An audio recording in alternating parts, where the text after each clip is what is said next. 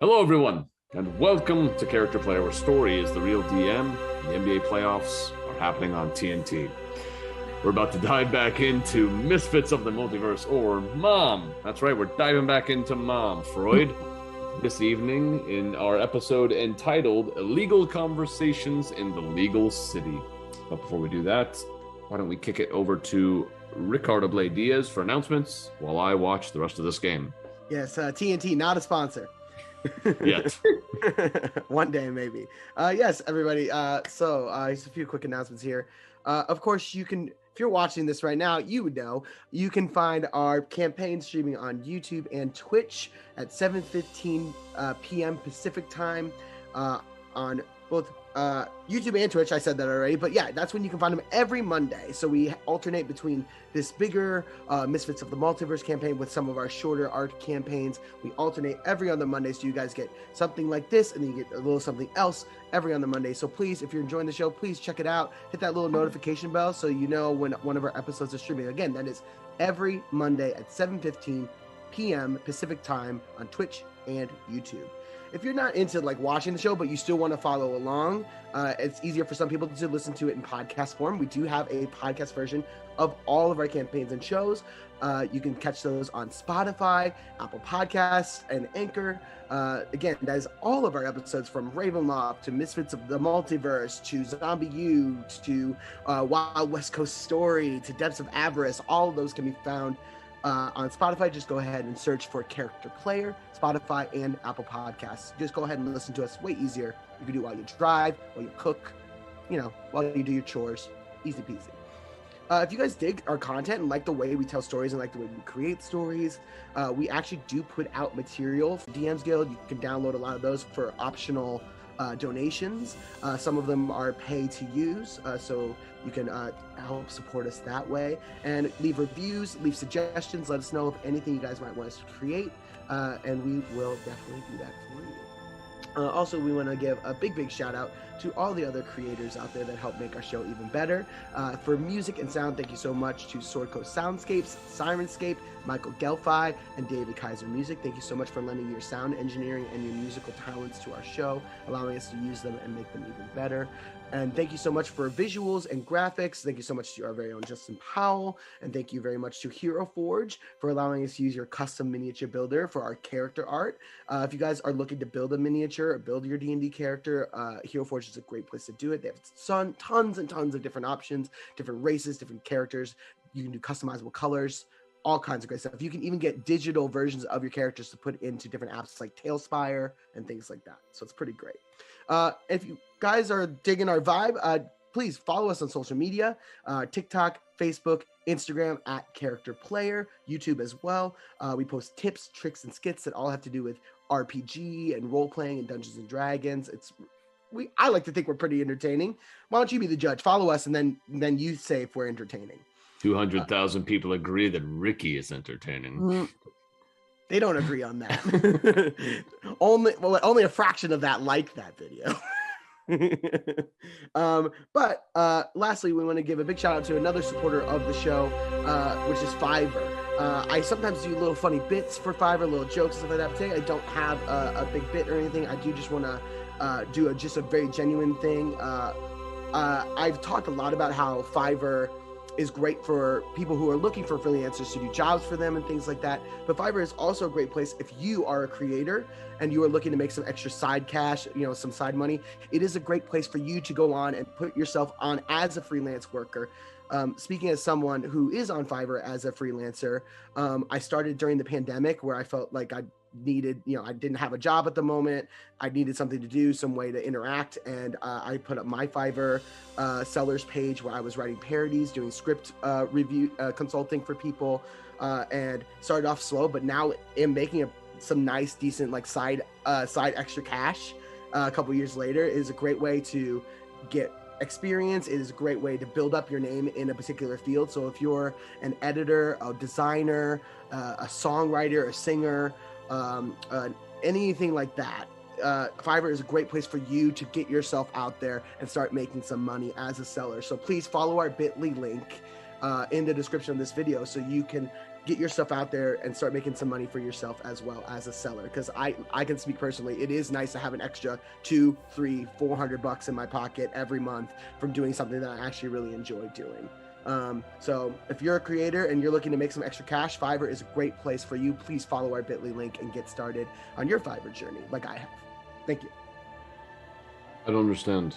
I thought you were going to bring a different multiversal version of Ricky. Which version was that? This was the very honest and genuine version of Ricky, who wants his other artistic friends to also make extra money. But this universe's Ricky. Guys, I think what we're learning here is that all versions of Ricky are Ricky. This Ricky. His name was Ricky. Ricky. His name was Ricky. I'm done. Then with that, job. I can sit back and I don't have to say any more things. Dive back into Misfits of the Multiverse. Multiverse. So, where the majority of people in this reality were simply employees working under a pretty terrible boss by the name of Donald. Through some ingenuity, some teamwork, and some good old fighting, they were able to free their friend Havoc, who had nearly been taken by Donald to be a new employee, and convince this awful person to change about their business practices. After that, the party went back into their ship and began traveling to a new reality. And so that's where we're going to pick up. Pick up, pick off, same thing. We're going to pick up in your ship.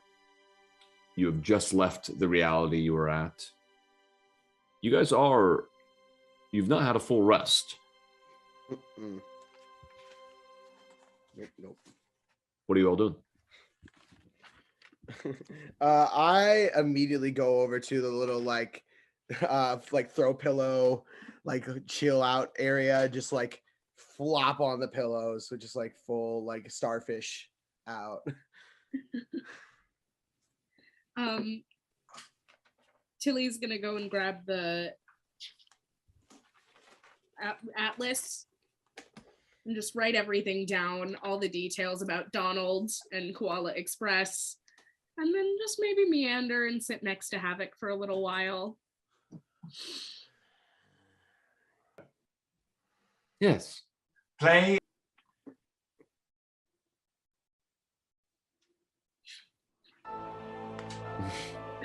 Do I need to upgrade to Prime?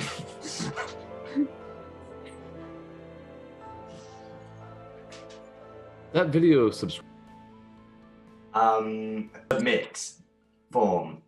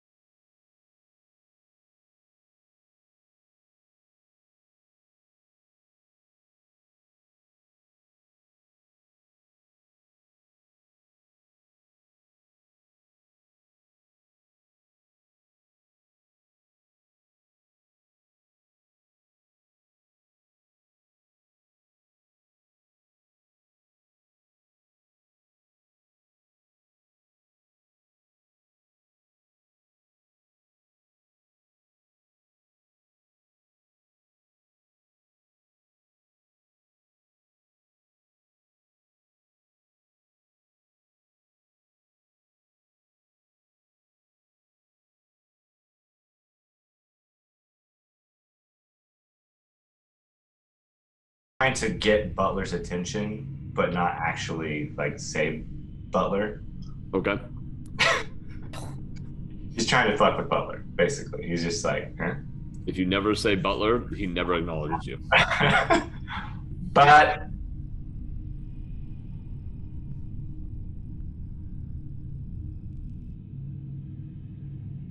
No acknowledgement.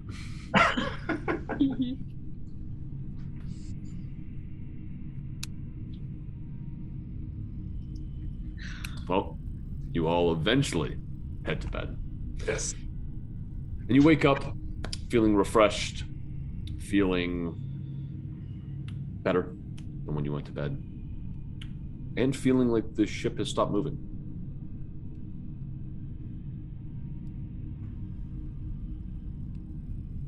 Did someone tell Butler where we were going? Good morning. I have decided to revoke my destination privileges. Preemptively. So you didn't tell Butler where we're going, Sticky? Yeah. I will never tell Butler where we're going ever again. No, Havoc. Just take a week off and then pick somewhere. Did you tell Butler where to go, Sticky? What? We've stopped moving. I was sleeping. I don't know. Was that my job? No, but Butler usually doesn't stop anywhere without. Well, Newton was up Newton messing with him last night. Newton is the mm-hmm. You hear a knocking coming from the door. Newton, there's someone at the door. Huh? What? Huh? Door. Door. Would you answer the door? Sure. He rolls off the couch and limps over to the door in a hungover state. Who is it? Open up in there.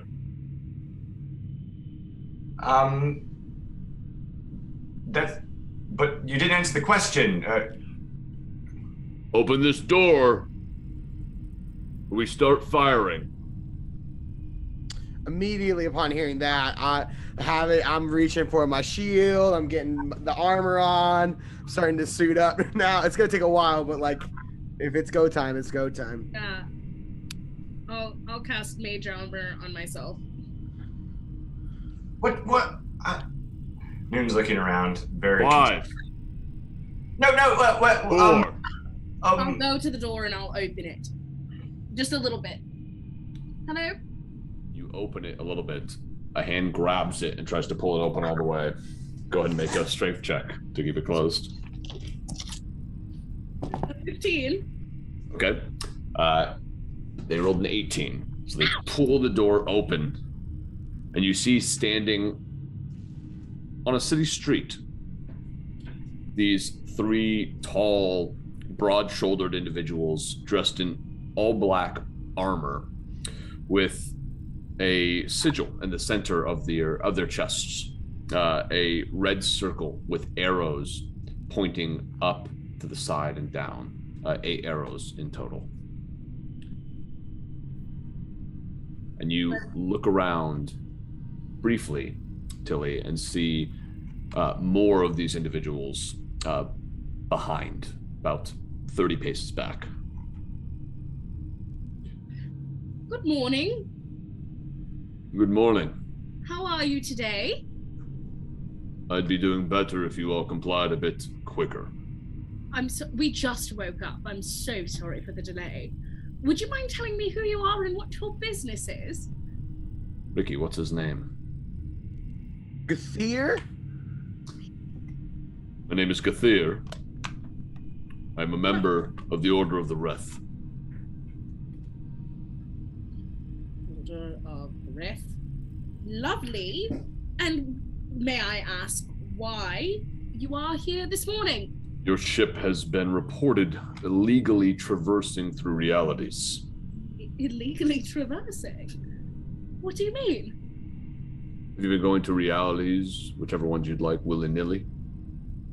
That's what we mean. Willy-nilly, not necessarily. I don't think that our butler quite understands what we mean sometimes. Well, regardless, this ship has not been inspected and verified, which is why we pulled you in. Oh, that's why we stopped. They stopped us because I think we went to Panda Express without their consent. Sorry. We definitely did not go to Panda Express. Is that attitude that you're giving us, miss? Oh, absolutely not, darling. I'm so sorry. Make a persuasion or deception check, whichever one you order them. Okay. It's not bad. It's not bad. Are you being sarcastic? It's gonna be a 16. You and your crewmates will need to find other lodging while we inspect the vehicle over the course of 3 to 4 days. Do you not provide that? No. Do you think you could upgrade the computer system while you're doing that? Yes, could you possibly upgrade Butler while you're here? Really hard time downloading Prime. If you would all please exit the vehicle now. Oh, sorry. Okay. Of course. Thank you, Githia. Githia, it is. Yes. Excuse me. Is there any? Can we be assured that like you're not gonna like steal or damage anything? I give you my assurance. Leave him. Sure, make an insight check. Mhm. 12. Seems very resolute. Tough to read anyway. Quite stoic, this individual. Okay. Well, are we allowed to take our stuff with us? Any items that you might require to traverse through the city, of course. Cool. Thank you. Thank you. Just Gathir, do you have a title? Blade Singer Gathir. Thank you, Blade Singer Gathir. So was that a yes or a no on the upgrade?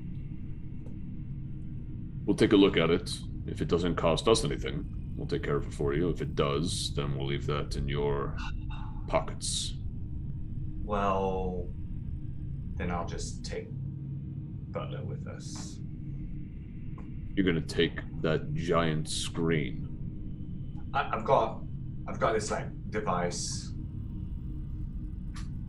Very well. Oh, if you don't mind me asking, where are we exactly? Could you tell us? The capital city of Rhea, give me a letter. P. Ronnie, give me a letter. R. Ricky, give me a letter. A. Seth, give me a letter. P. Rhea, give me a letter. R. G. T. Prapt. Ronnie, give me a letter. Y. Ricky, give me a letter. L. Seth, give me a letter. Oh. Prapatil is what we have. Prapatilo. And I will add an N. Capital city, Prapatilo, of the Galactic Empire. Ah. And the prime reality. Says Right. you. What was that? Huh? You said something. I said achoo. I was. Make a deception check. I think I just made a TikTok about this kind of situation today. Where did you go, old buddy? There you are. Sorry, I accidentally closed out of my character sheet. That's 4 plus a lot. Yeah, add that up for me.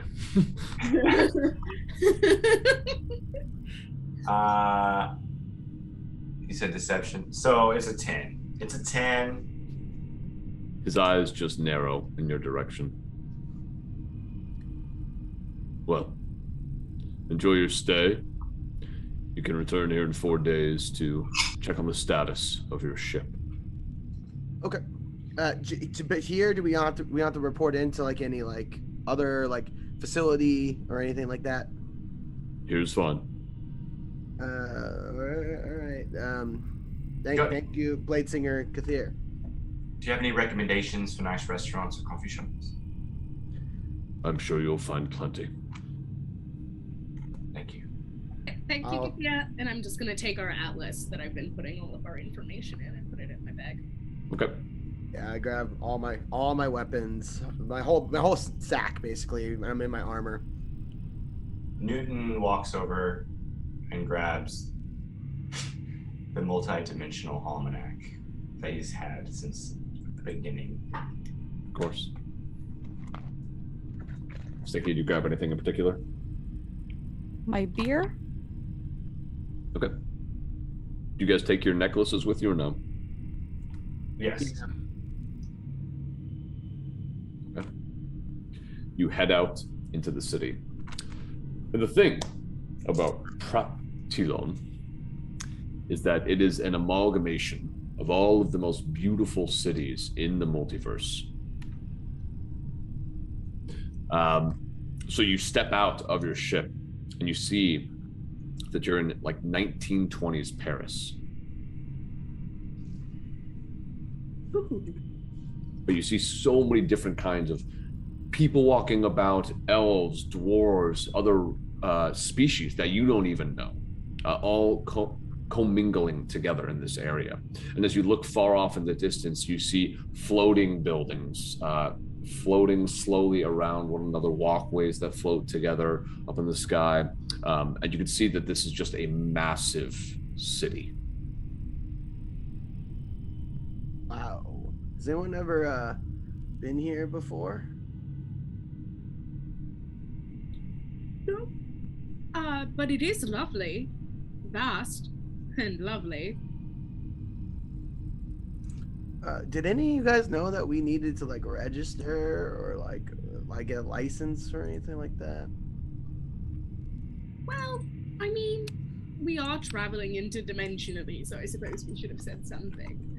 Well, I guess my opinion on that was a lot of us like didn't really choose to have this like ability to do this. It kind of just like chose us.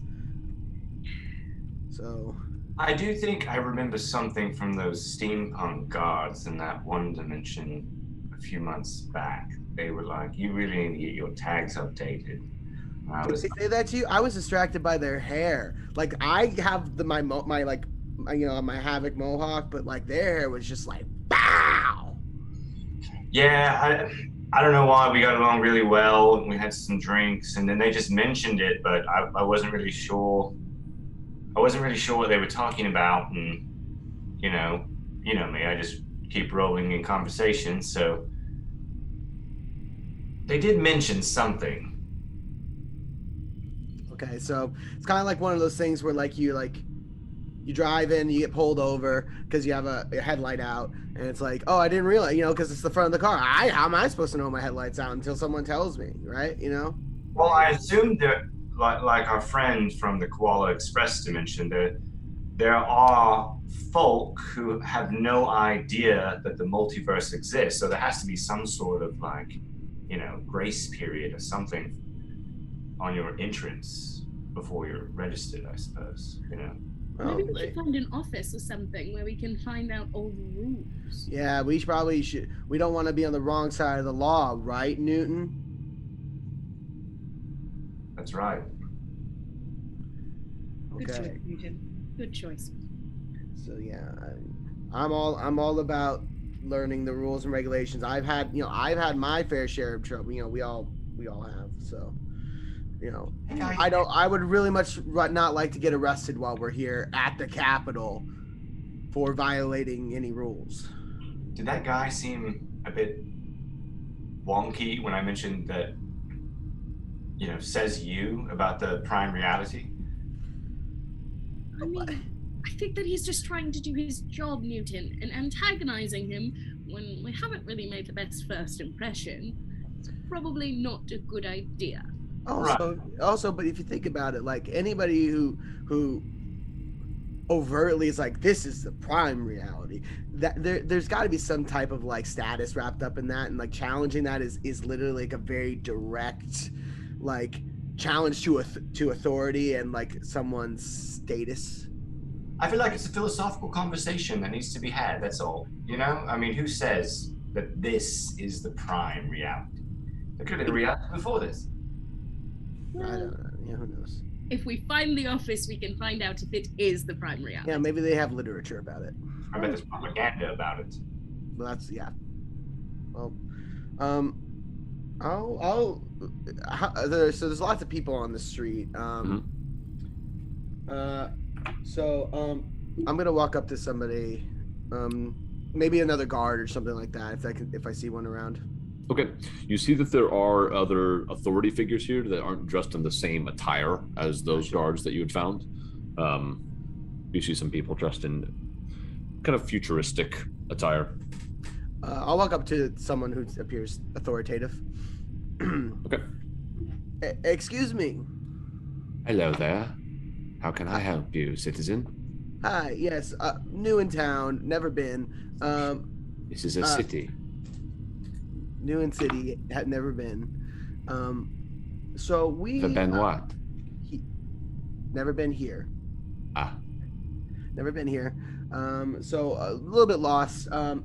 We're looking for any kind of like information center or like a facility that the Order of the Wrath might operate out of. I have information. There's also an information hub in the Jewel District, just down the road, about 1 mile. So you have information, but you would also rather me then go to this information hub. I didn't say I would rather you do that. Oh, I just said that's another option. Oh, well, if I don't have to go that way, I would love to get the information from you. Very well. Ask away. So, can you direct me to a central hub for the Order of the Ref? The central hub for the Order of the Ref requires scheduled meetings. Hold on 1 moment, as my cat is attacking my dice. Oh, hi. Wow, a cat companion out on the beat. Cat dice. Very cute. Very cute. This place is cute. You like it very much.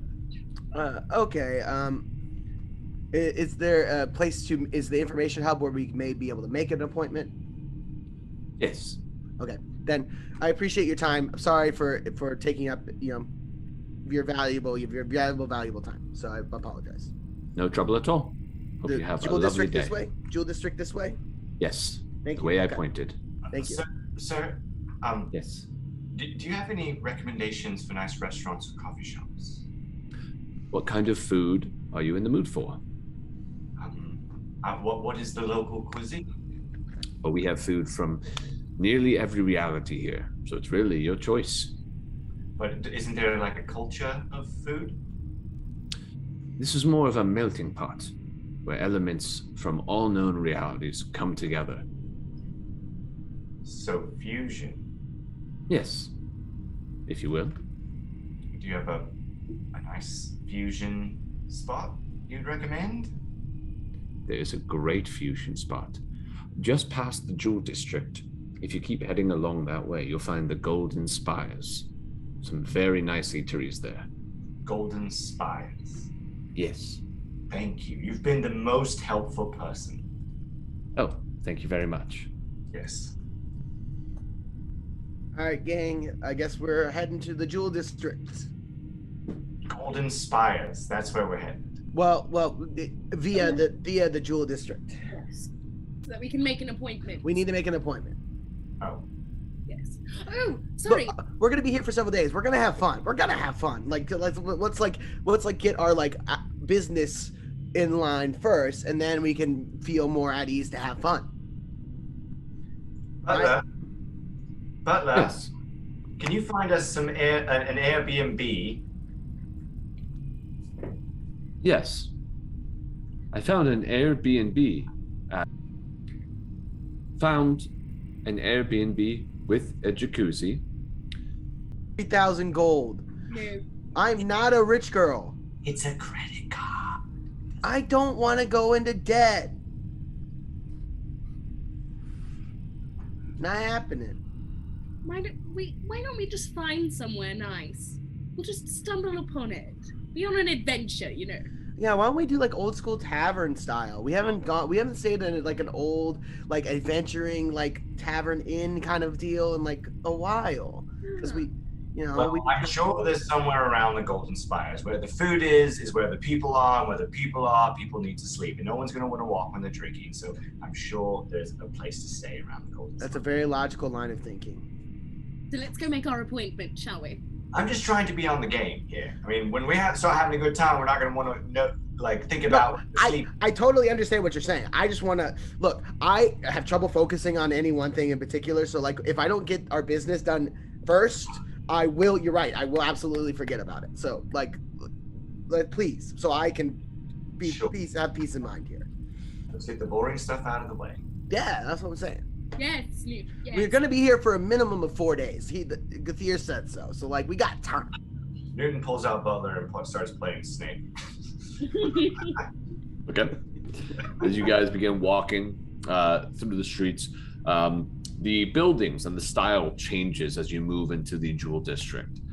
Seth, what's the style of the Jewel District? How is it different from 1920s Paris? It's Art Deco, so it's like all very hard-lined, meets pointy things. So I don't know how to describe. It's like 1960s chic, I guess. Okay. Fancy 1960s. So you see these buildings all changing. You also notice as you're walking, a lot of people wearing very similar colors all around. You see people holding little flags that they're waving back and forth. You see flags that are connecting between buildings. It's a festival of some kind. And as you look up, you see a banner, and it reads, the Festival of what, Ronnie? Festival of Pies and Scarves. Pies and scarves. So you see these people with their scarves kind of thrown around, and it almost looks like the scarves are made out of pie themselves. In fact, you even see someone who takes a bite out of their scarf as they walk by you. They have edible scarves here. So cool. Here's the thing. I've eaten a scarf before that was not meant to be eaten, and let me tell you, I wanted it to be edible. Oh, you know, maybe we should find one just for fun. You know. As you are saying that, a group of these kids come up towards you and say, "Do you want a pie? Got a pie for sale right here. We got some pie scarves right here. If you want a pie scarf, that'll be even better." God, I want both. Love a pie scarf. How much? Pie scarf? That'll be 1 silver. 1 silver? That's all. Lovely. Yeah. I'll give them a silver. All right, and they give you one of the pie scarves. What kind of pie? That one was a blueberry, but what flavor would you like? Boston cream. All right, give me a moment. Turns around, takes actually this little crate he has of these scarves over to the larger stall where you see this older, kind of looks like a mind flayer, but the skin, rather than being kind of blue or purple, is yellow. And they reach over and seem to like move their hand around one of the scarves, and they bring it back to you and says, "All right, here you go, Boston cream pie. Don't know what that is, but that's the pie you got." Thank you. Okay, so here's a gold for the pie. Here's a gold for the pie scarf. One for each of you. Oh, thank you very much. Thank you. Very generous. You are very generous. I look back to you, Tilly. Yes, Havoc is so generous, isn't she? Oh, how And lovely. you, what would you like? We're done. You already got your scarf. Do you have any muffins? We don't have any muffins, no, but I believe they are selling some down the road. Okay. This is a festival of pies and scarves, not muffins. I know. Don't you want to get into the customs of in the culture? I do. I agree. Do you have a favorite pie? I like pumpkin pie.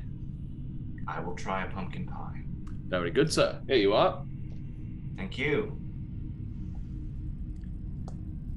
Can All right. I have a soda? Oh, You have to pay.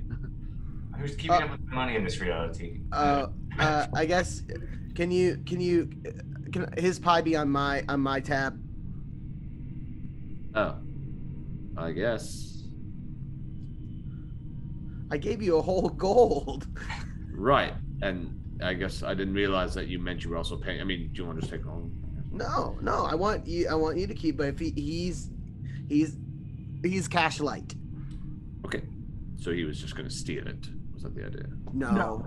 I mean, He was gonna expect someone else to pay for it for him. so there was this one time I gave someone all of my money to take care of it, and I don't know where that person went. So I don't have any money. So I bet your parents you live at home with really love that story.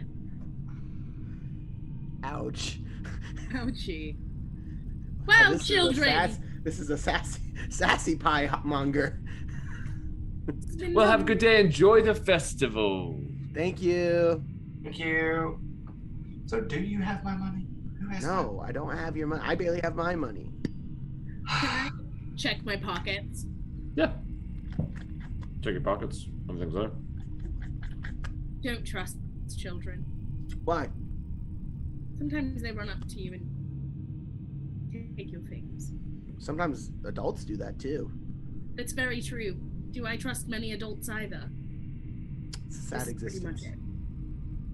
You should trust me. Yeah, he has no I'm money. very aware. Newton, you need maybe while you're here, you can pick up some like jobs, some odd jobs, make some cash. You need to create, some of your own wealth here. I'm not opposed to having things. I'm just opposed to keeping up with things. Does that make sense? Like you don't want to keep track of how much money you have, but you want to have money. Exactly. That's stupid. I think it's That's dumb. it's efficient for me, you know?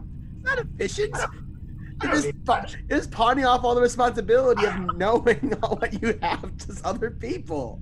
But I didn't even want a pie. Efficiency. I only got a pie because it was in the spirit of getting pies, you know? Well, you're in a sour mood. If you don't want the pie, I'll take the pie. Havoc, as you say that, a cream pie is pushed into your face. See, life gives you what you need. It gives you As what you see, this old woman's like, "Pie and scarf day, gotcha." Yeah, and just runs away. I'll throw my pie at her. You have a scarf. You don't have a pie. I'll throw my scarf pie at her. Hey, you throw a scarf, it doesn't really carry.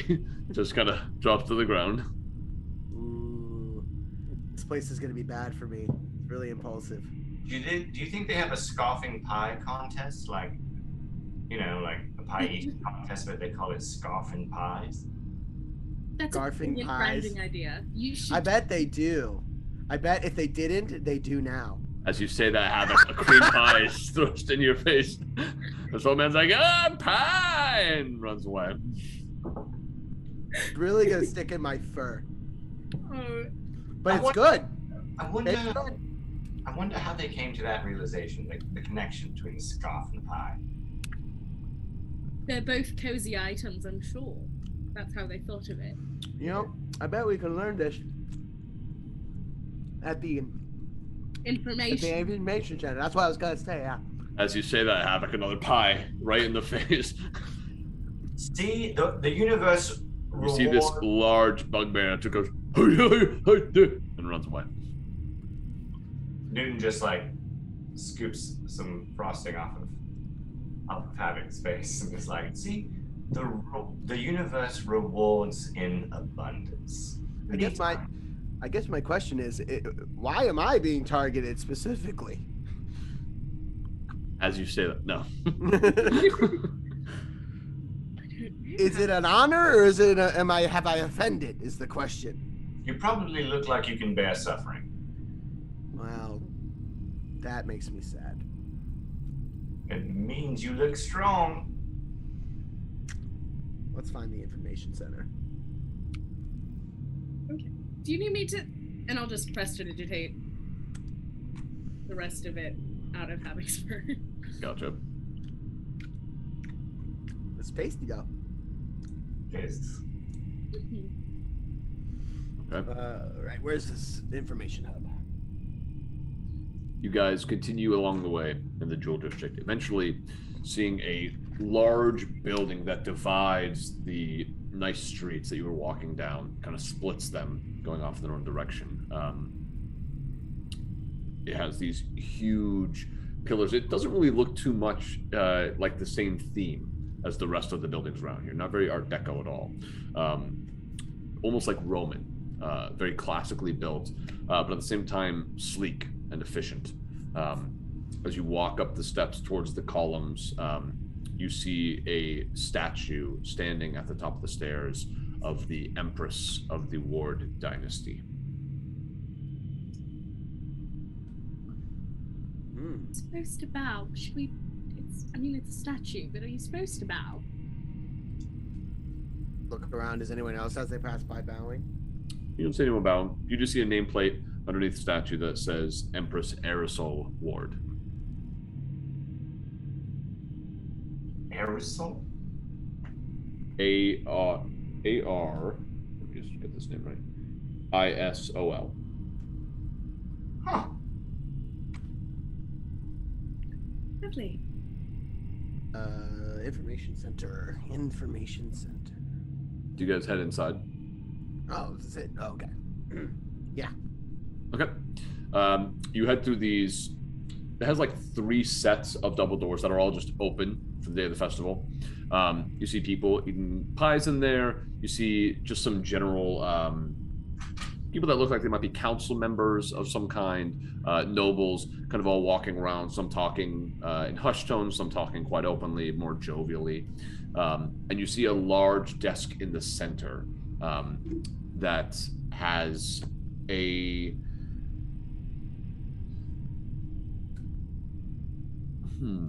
a Githyanki female sitting behind it that waves at you as you're all looking around. Hello. How are you today? I'm doing quite well. Happy Pie and Scarves Day to you. Happy Pie and Scars Day. May your day be delicious. Yes. Something I can help you with? Yes. We were hoping to schedule a meeting with the Order of the Ref. Ah, the entire order. No, just like whomever's in charge, because we need to register our traveling vehicle. I don't understand. Did they? How did you get here? If you didn't use your traveling vehicle, did you use one of the portals?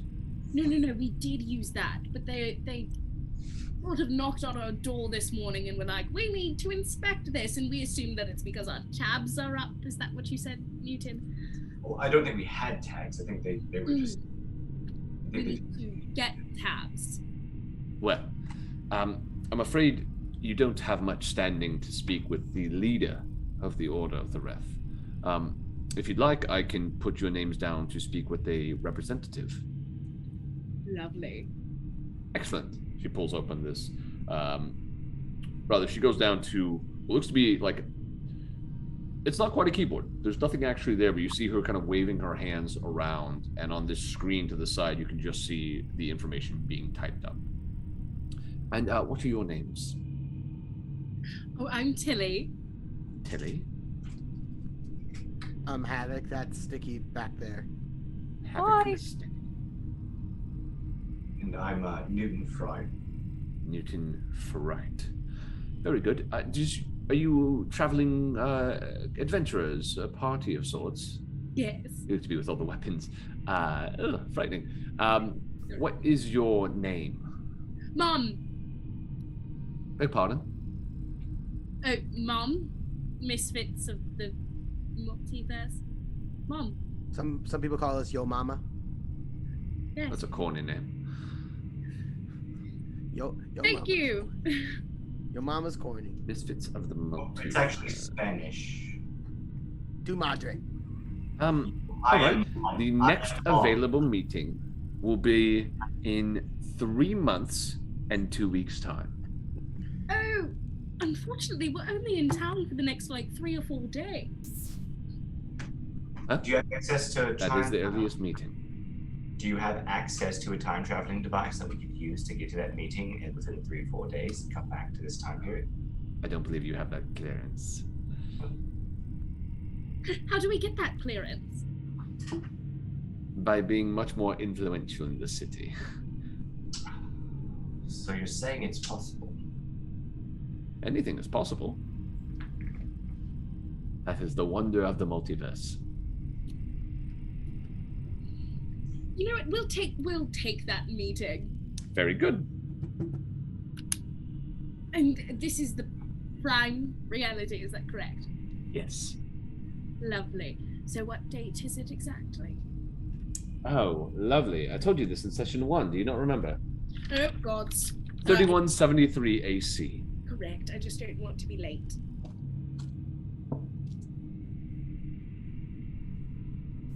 So... I see in 3 months. Well, are there any exciting happenings for the festival? Well, there are games out along the city, different things that you can do. I know there are some pie eating contests in different taverns around. And I believe there's some drinking contests as well. Drinking contest. Do you know Big- what? Oh, and of course, at sunset, it will be raining pie. Raining. Like Pry's gonna be ruling over the city. What? That's very funny, Havoc. Thank you. Oh, is it like pi is an unknown number, so it's like the purge? Like there's no one, like it's unknown who's ruling over the city? No, the Empress rules over the city. Yes. Oh. Princess Aerosol, right? Empress. Empress. I'm sorry, Empress Aerosol. Is that sarcasm I'm detecting in your tone? Yeah, yes, it is. But that's just how he always talks. He often insults the Empress. No, he just often speaks sarcastically. No, I often find words funny, that's all. You watch her as she types something on the computer. Very good. Dang it! I'm sorry, my dear. I didn't catch your name. We've given you ours. That's so impolite of us. Ezreal. Israel. Lovely. Oh, one who wrestles with God. I know you well. Is there anything else I can help you all with? Is there like a kiosk or like a vending machine that allows us to just go ahead and buy these tags, without having to go to a meeting? If I understand correctly, you all have been traversing through multiple realities, is that correct? Have you cared at all for the cracks in reality you might be forming? Yes. How so? Lots of stewardship. Maintenance, What techniques were you using? There are proper techniques that one should use to ensure that a crack does not remain. What techniques were you using? The Zen techniques. To contract. It seems that you all have been traveling quite freely, without any regard for what mess you might be leaving behind. That is why you were pulled in. That would make sense, wouldn't it? Yes. But once your ship has been cleared, and you have been taught the proper way, then you'll be on your way. Is that like driving school? More so they download the ideas or the practices into you. Nobody's downloading anything into me. You did? No way, no how. Well, then I suppose you will enjoy your stay in our fine city. Someone else can drive, that's all I'm saying. I mean, I'm sure that we'll understand in time, right? Oh, do you have any libraries There are many libraries in the city. that don't require clearance? Every library has some measure of clearance that is necessary, but there are open areas to the public. Lovely. Magical texts, for example, are kept behind a clearance. But history books, fiction, some non-fiction as well, of course. Philosophy, religion. We have books from all known realities. Do you have any recommendations for nice restaurants or coffee shops? What kind of atmosphere are you going for? I love culture, so anything that just lets me feel the heart of the city. Well, you could go to the heart of the city. That's a restaurant in the heart of the city that happens to be shaped like a mind flayer's heart. The chef who runs it is so good that he knows exactly what you want when you enter. Interesting. Have you heard of the Golden Spires? Have I heard of the Golden Spires? Yes. How are they? Many good options there as well. Excellent. You've been a very helpful person.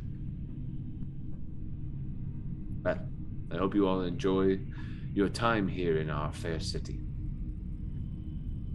Thank you, Ezreal. Have a lovely pie festival and scarves, of course. You too?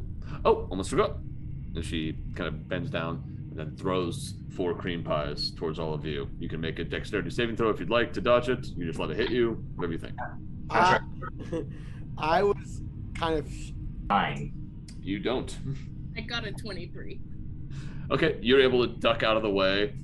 Newton, you try to catch your pie, and you just hit it off to the side. And as you look after it, the pie that Tilly dodged just smacks you right in the face. The universe rewards in abundance. Very funny. Have a good day.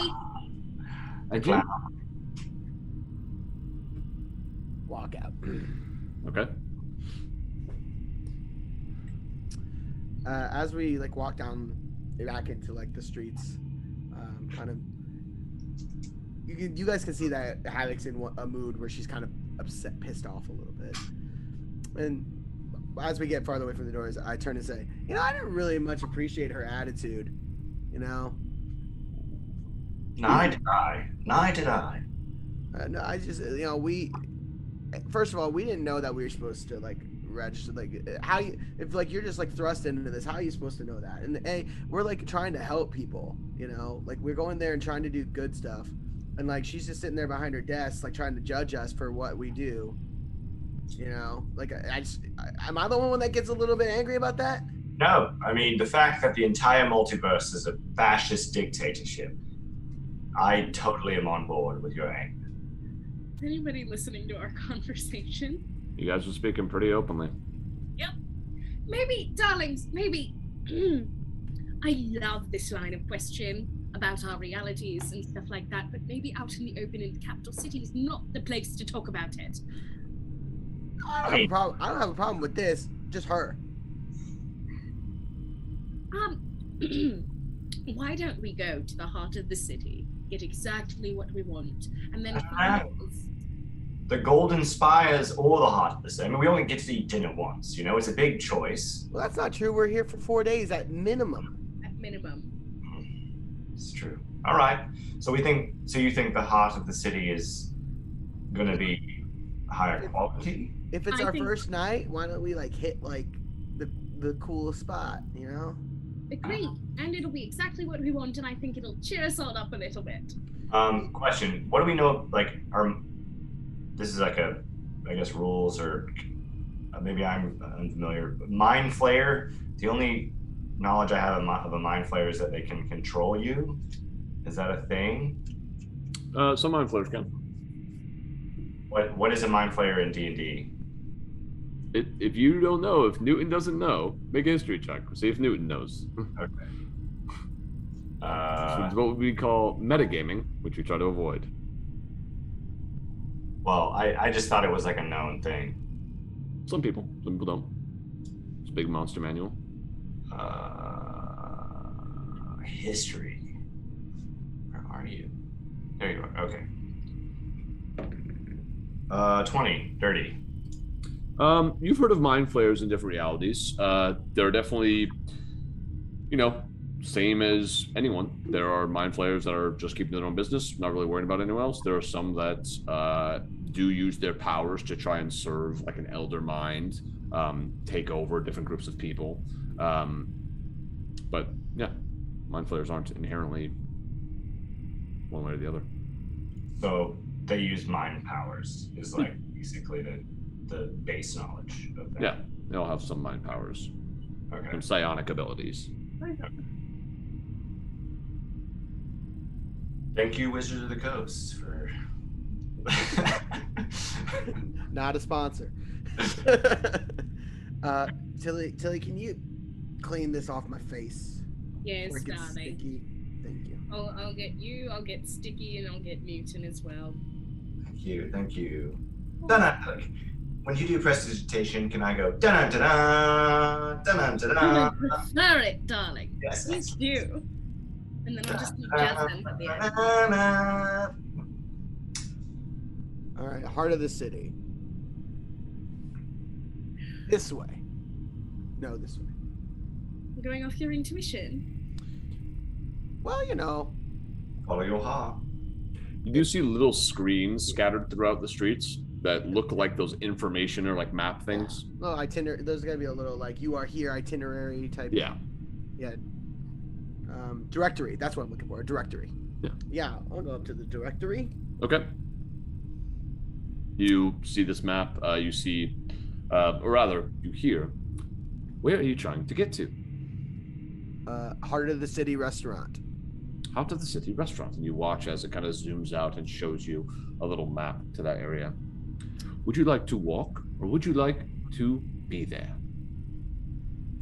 Oh, now actually, here's the thing. This is not as easy of a question as I think, because do we want to see the city or do we want to just get there? I mean, personally, we have 4 days. I'd like to see the city, All right, we'll walk. I saw the map. Yes. Okay, if I saw the map, then I know it. Okay, we'll walk. Very good. Thank you. You begin walking along the course. Eventually, you make your way out of the Jewel District, leading into another area. What is this district called, Ricky? This is the textiles district. Okay. And what does it look like? It is very like bohemian in a way. Very like there are like these like fabrics that are crisscrossing through like different like smaller kind of choked alleyways. That is kind of like a bazaar in a way where it's like this marketplace that's thriving and very packed and full. There are stalls where people are selling like foods and fruits and meats. And people are just kind of all moving throughout this like large kind of choked with all these different alleys, little marketplace. Gotcha. So yeah, you see all of these different little stalls selling all kinds of goods. You see bizarre foods that you've never seen before. You see what looks to be like skateboards of some kind, some that have wheels and some that look like they just hover. You see just almost anything you can think of as you're walking through this area. It's very crowded as you push your way through.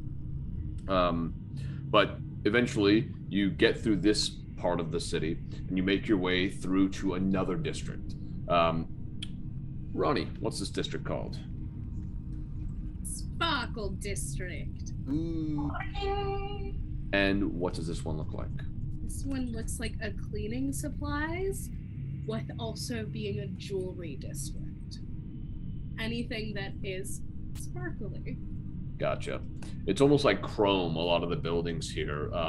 One of the cleanest areas that you've seen thus far. And you watch as someone drops a little bit of trash onto the ground, and as it hits the ground, it's just gone.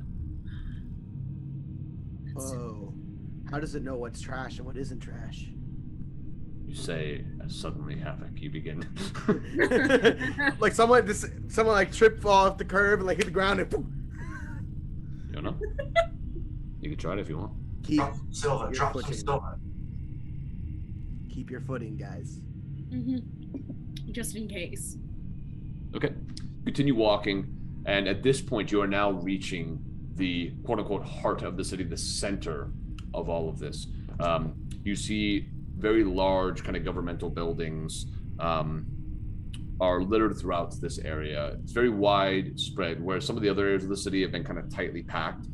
This has a lot of walking room, a lot of areas to move around in. Newton, what is the style of the other buildings? We have like these kind of government buildings that look similar to the one you were in. What are the style of the buildings surrounding it? Like 1920s Chicago, like brick, like brownstones. Like there's something very like the government buildings are like, if I'm right, they're like white, almost Grecian. Yeah, a bit Roman. Yeah. Yeah. And that, but like the businesses are all like Chicago brownstones. Gotcha. Like they're all like brick, like very, very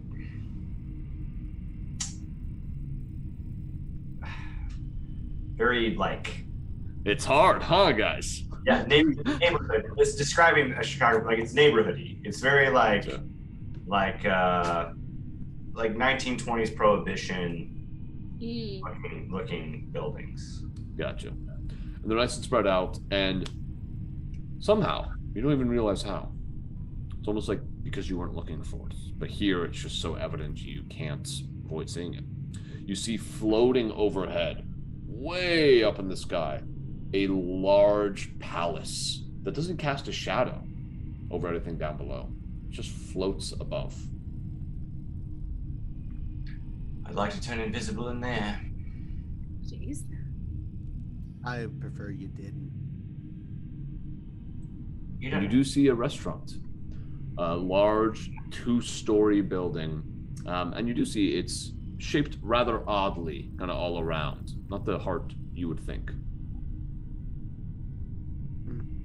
Is there like a line outside or anything like that? You see a line that is formed outside. Should have made a reservation. Probably. I'll walk up and see if there's like a hostess or something like that. Hey, wait. Hey, ask if we can sit at the bar. Usually the bar is first come, first served. So. Okay, I'll ask if there's a bar, and I'll ask if we can sit at the bar. Okay. You see a humanoid turn to you. They have the kind of white parts of their eyes are completely blue. And they say, "Hello, welcome to my restaurant." Oh, are you the chef? I am, yes. Well, yes, but yes. Oh, cool. Hi. We have a party at 4. Just want to see what the wait time is. Oh, a party of 4, that's going to be about 2 hours at the moment. Do you have a bar? We don't. No, I don't think it doesn't really add to the atmosphere to have the bar. But I could always be persuaded to get someone in if need be, if you catch my drift. I do catch your drift. Can you let us in? Well, again, very long waits. 25 gold could change my mind. Your minds. You're not there. Oh. Are you? You said Havoc was doing that, that's why I don't know. I didn't know how far back we were. It's your call. You can walk up and say that. Right back in the line. True. 25 gold. I'll be right back. Very good. I'll put your name in just in case. Yes, please put us on the list. We, if if some people cancel, please let us know. Yes. I will send you a message in your mind. Thank you. So, 2-hour wait. Okay. All right. However, if we wanted to pay it forward a little bit, we could get in now. Well, I mean, How much and how much is dinner? Oh, I don't know. well, the way what time is it? It's not sunset yet, so you have some time. You think if you waited the 2 hours, it probably sunset would hit during the middle of that time. I mean, we're not doing anything else. So like, let's go tour the square for a couple of hours, walk around. I mean, we'd have a donut, you know, and then. So you want to wait the 2 hours? You want to do the 2 hour wait? Yeah, why not? I mean, we have nothing else to do but see the city, so I'm fine with it if you are. All right. Our name's on the list. I told them to put Mama on the list. Right. Contact us in 2 hours. Hello, your table is ready. I said our table is ready. Do you accept? Yes, it hasn't been 2 hours, but I get it. Please see the you know- host. Okay, I go up. Hi, you know what? We'll keep our reservation time.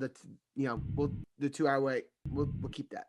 Yes, your 2 hour reservation is up. You can head in. That was 2 hours. What? He hands you all these little bracelets. Pop those on. Pop it on. Pop it on, and you feel yourself pulled through time. And suddenly you're standing there. The sky's a little bit darker. You see pie on the ground that people are kind of moving around. There you are. Your table is now ready. It's the raining of the pie. So wait, time travel's that easy here, and we can't. Okay. In certain circumstances, restaurants like mine, those that have earned the proper amount of money, pay the proper amount of taxes, and can afford these devices, use them to make more money. Well, are we able to go back at all, or is it just a one-way thing? Yeah, it is a one-way thing, I'm afraid. Well, So Sorry, guys. you kind of stole 2 hours of our life there. Like, we're not getting that back. Would you like to eat? Well, that's a question. I look over to Haddock and I'm like, do you think we lost 2 hours of life, or we're like where we were when we did not have 2 hours? You know what I'm saying? Like are those 2 hours happening now for us, or did we Right lose? this way. You got you. Like, you see Havoc go as like you're like breaking her brain with like metaphysics. Like, and then I just start to follow.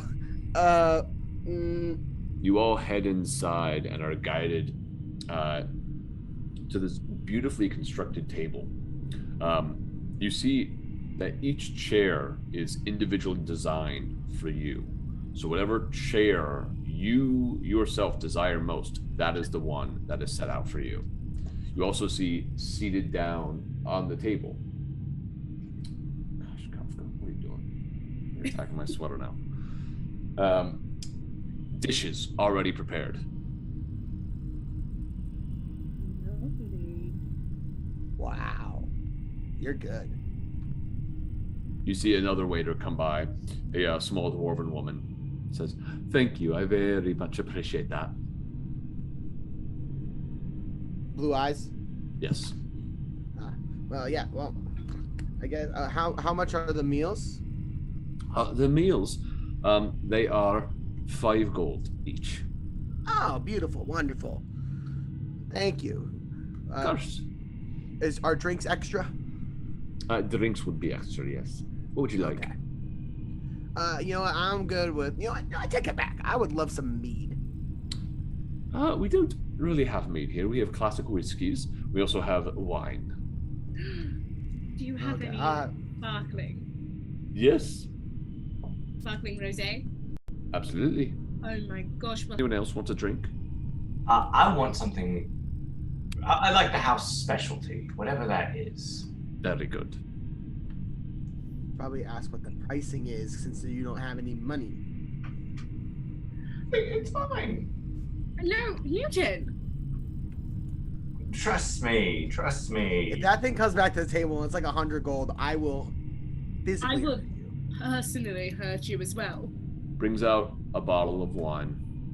And for you, Newton, brings out this small, like, glass case, but metal lines the corners of it and the base and the top. You look inside, you don't see anything in there. She says, now, when you would like some, carefully release the lid and inhale and put it right back. All right, I have to ask because they're a little, gauche. How much is this? 5 gold. Okay, it's fine. Newton, that is 10 gold for you that you now owe us.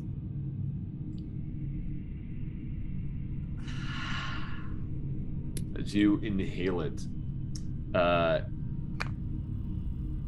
it's like this incredibly pure air, like you're on top of a mountain, just breathing in this immaculately fresh air. But simultaneously, you taste like hints of dark liquor, some sweetness in there, a little bit of spice, and it's just like a whole experience for you. You feel like you go a little bit lightheaded for a moment, and then it kind of courses down. You feel this cool, like, hum across your skin. And as you look down at your hands, you see they look like they're expanding a little bit and then contracting.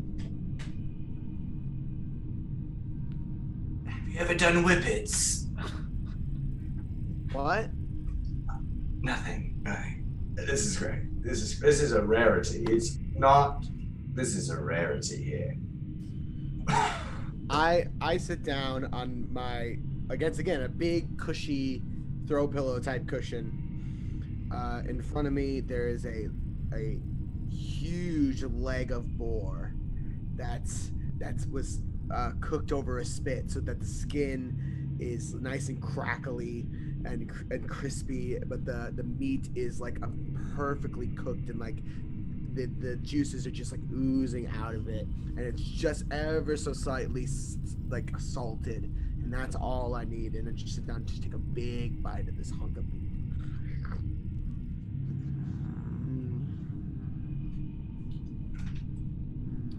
Well, you all enjoy your meal. It is very delicious. Everything that you're eating is just exactly what you would want in that moment. It's been fantastic. Newton, I'm starting a tab for you, darling. So you're going to have to pay attention to how much you're spending. I hope that it's worth it. You know, people live off that amount for a year. You know, this Empress Aerosol is onto something here. It's weird because you are just inhaling like this air concoction, but it still leaves, like, the aftertaste feels like you were drinking something.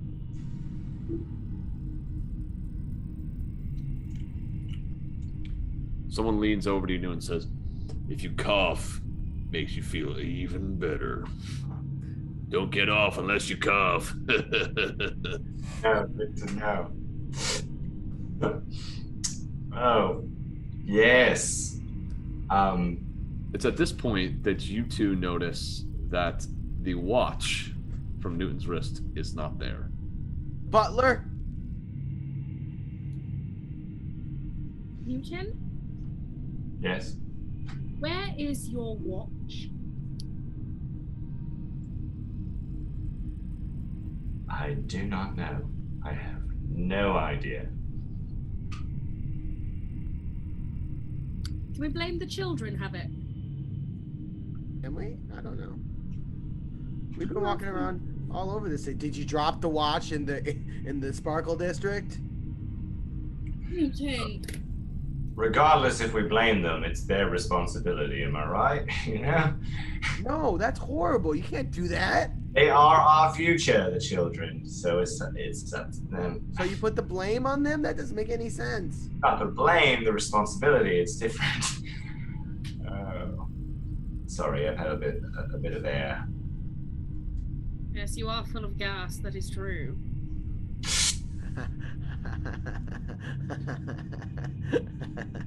You all finish up your meals and your drinks, and eventually decide to head back out into the city streets. As you leave, you see a new host come in to take over. And as they do, you watch as the gentleman that you had spoken to, Havoc, their eyes kind of come back into their head. And they're like, oh boy, it's a long day. All right, we'll go get some rest. They walk away. Huh. What a weird work environment. So should we, it's like evening now. It's after sunset. Yeah, after sunset. What do you guys think? I don't know what the nightlife is like around here, but should we bed down before Newton literally eats and drinks me out of all the money I have? Agreed. I say we find a nice hotel with a nice bar and hang out, hotel bar, and then head upstairs. Where do we want to stay?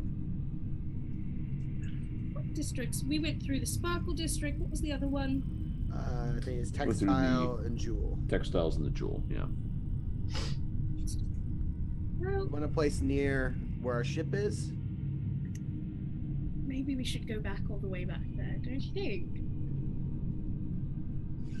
I mean, I don't think it matters today because we're not leaving tomorrow. Well, we may get like a better rate on a room if we book multiple days. It's very true. True. Yeah, let's head back. See if there's anything we can't catch in the nightlife on the way. Yeah, maybe the Jewel Festival is still doing pie and scarf night. Yes. The festival, I don't know. You guys start making your way back the same path you came. You do see people still doing things. You see like little restaurants that have tables outside that kind of look like they're serving like tapas. You keep making your way. You see some of the games are still up that people are playing. There's an archery contest. There's just a lot of different things kind of out and about. You do see some places are closing down for the day. It looks like they're kind of done with the festival. But eventually you do make your way back towards the district you were in. And you see that you see that around here it's a little bit quieter. It seems like there are some taverns that are open that have inns adjacent to them or attached. And there seems to be some noise coming from there, but for the most part, it's actually kind of quiet in this area. Do any of them give off the vibe that they're doing a drinking contest for the pie festival? There's one that is a bit rowdier than the other. It looks a bit out of place. It looks like it's more of a medieval tavern in this kind of 1920s Paris atmosphere. But it's a bit rowdy. There's a crowd of people that you can see through the doors. You can see some people kind of outside this little garden area drinking there as well. Seems a bit more social and like something might be going on. I vote that way. Sure. I like the nightlife. I like to boogie. Make sure you watch your items, Newton. Yeah. And then I'm like, wait a minute. I never checked if I had anything stolen. I look. You look around. You don't see anything stolen. Oh, good. Yeah, Newton. Watch yourself. As you all head inside this tavern, that's where we're going to take a break. Woo! We'll be back in a little bit to see what happens next. Yeah.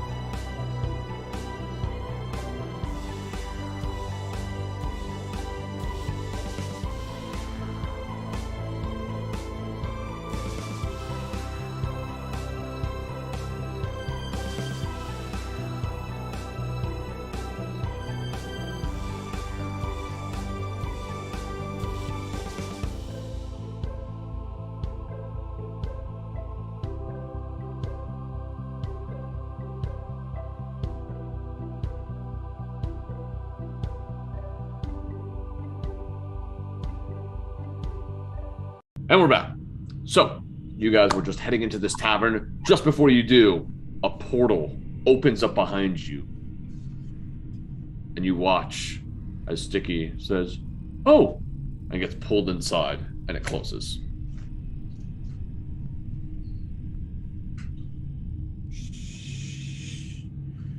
Should we be worried about that? Another portal opens up. You watch as this old man sticks his head out and says, "Hi, sorry about that. Have to borrow Sticky for a bit. Yeah." Closes the portal. He seemed polite. Is that alarming or disarming? I feel like it's a little bit of both. Very concerning, because, I didn't did you guys recognize him? No. Do you think, can we have some collateral or some sort of, Clarification. due date of when Sticky will return? These two, drunk elves just look over you. What are you talking about? You didn't see? Why are you yelling at us? What kind of collateral? What are you talking about? Not you specifically, sorry. Did you not see the portal open up and our friend get yanked? No. No. Well, Never mind. We're drunk. looks like we're alone in this. So, weirder things have happened.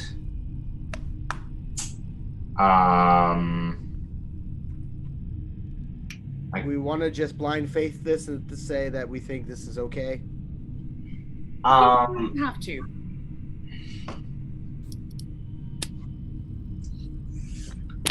Please return Sticky when you're done with everything you need him for. Thanks. Alright, Should we get drunk? Let's go get drunk. Sounds like an apt way to end this day. Alright. And I'll walk in Okay. the tavern. You head on in. Before I grab Newton and I reach into my bag and I take out 43 gold.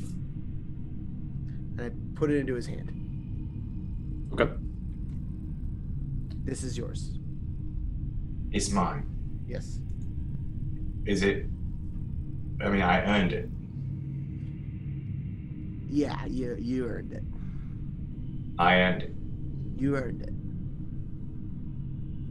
Okay. Keep track of it.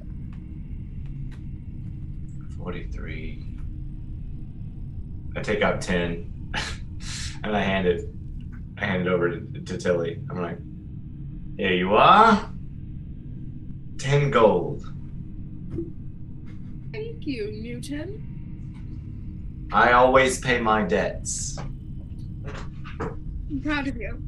Very proud of you. Now I have a question for you. Ask. This is 33 gold. Yes. Will you watch it for me? You want me to manage your money? I would love that. I would absolutely love it if you managed my money. Yes, for 3 gold I shall do this for you. Sure, absolutely, 100%. Here you go.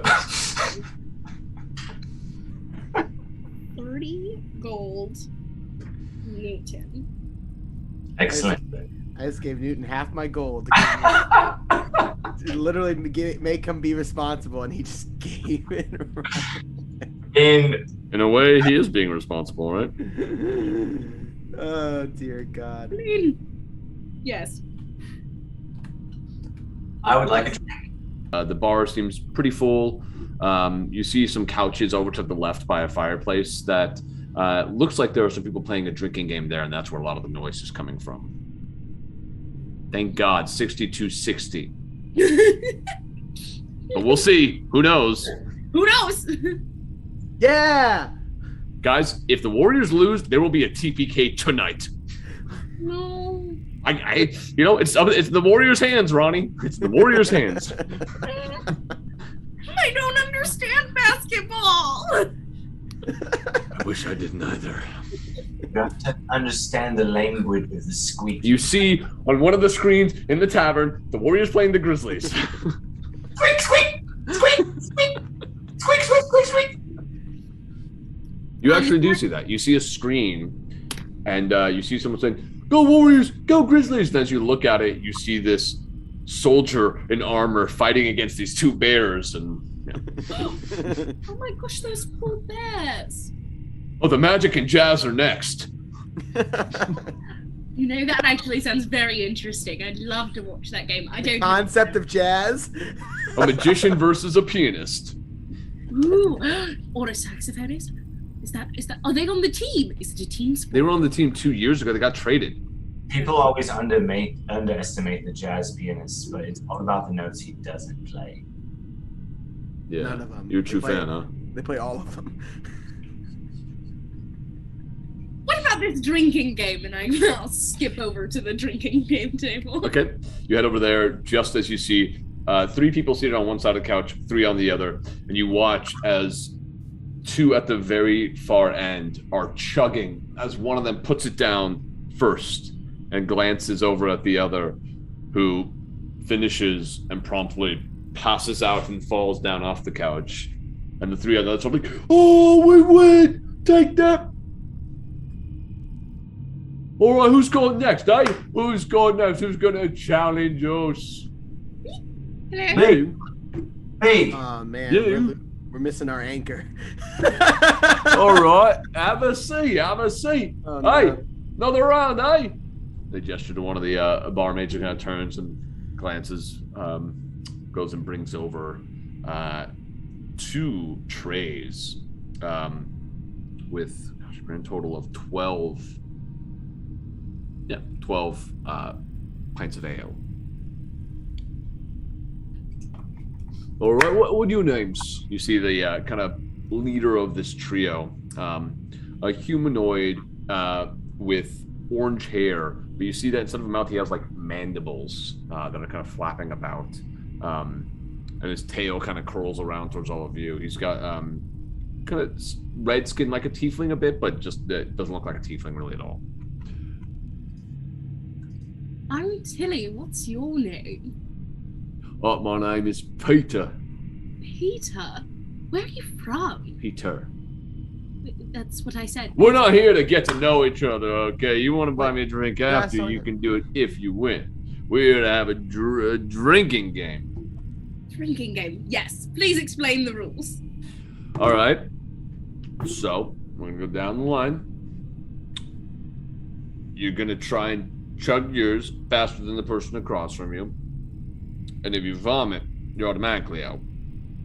If they beat you on the chug, that's a point for them. You got to get 2 points. So, yeah. And then move on.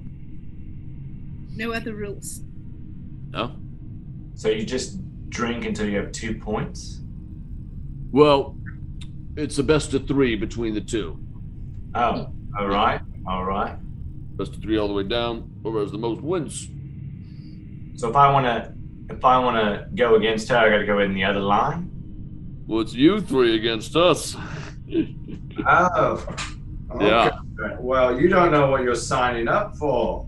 Oh, yeah, we've been winning all night, so I'd actually love to lose, because if you lose, you gotta take one of their mix shots, which are rough. Test your drunk. I know. Yeah. This is exciting. All right, what do you bet? It's 1 gold minimum, but you can bet more. What should we bet? 30 gold, perhaps. That's all your money. It's Maybe, our money. but maybe we start with 10 gold. 10? Sure. We bet 10 gold. That's 5 of mine and 5 of yours, right? Yes. Unless Havoc, you want to put in another 5, and then we'll do. You know, I've been spending a lot of money lately. You want to do just 10? Yeah. Great. 10 gold. Fair enough. Okay. We'll match that. Yeah. They kind of all gather a little bit of gold, put it out there. Jesus. All right. Oh, but can we huddle up and get like a team talk? Team talk. Yeah, go for it. Team. Now I'm gonna try and cast resistance on myself. Okay. Okay. That's it. Good job, guys. Good job. Okay. All right. Let's get this game going. Who's first on your team? I think we should really calibrate. I shall go first. Yeah. All right, you sit over here in front of my friend. And you Lovely. see this dwarven male with a shaved head, kind of tattoos all around, and a black beard that is tied into a braid at the kind of middle of it. He eyes you. You think you got what it takes, lassie? Of course I do. All right. You want to count us in there, Peter? All right. 1, 2, 3. Drink. Roll a d20. Tell me what you get. 15. 15. Okay, you chug this first one down and slam it down before him. He pushes his down on the table. You're Whoa. pretty good at this. Thank you. Round 2. All right, roll again. 12. You chug yours and put it down, and you see him already wiping away. You woke up the beastie, lassie. Make a Constitution saving throw. Constitution. 16. Okay. You feel a little bit like you might throw up after 2 quick chugs, but you're like, no, I'm okay. You just breathe through really quick, you're fine. He does the same. All right, round 3.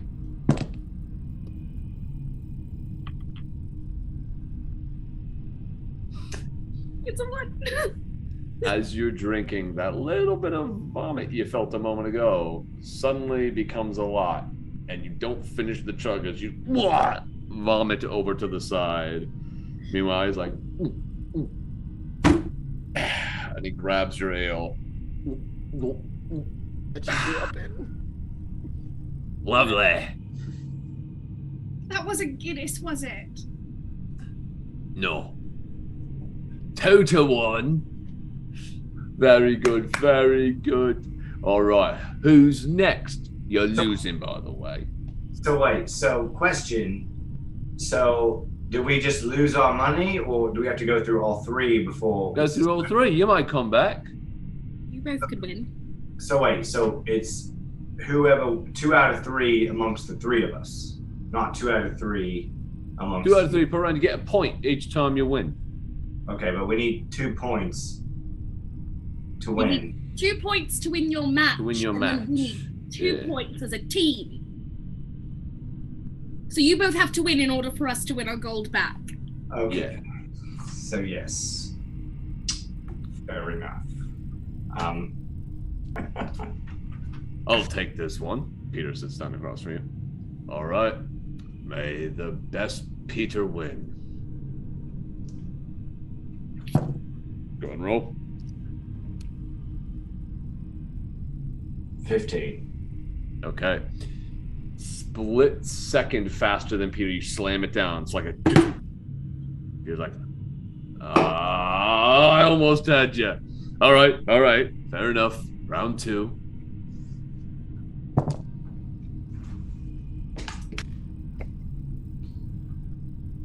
Natural 20. Ooh.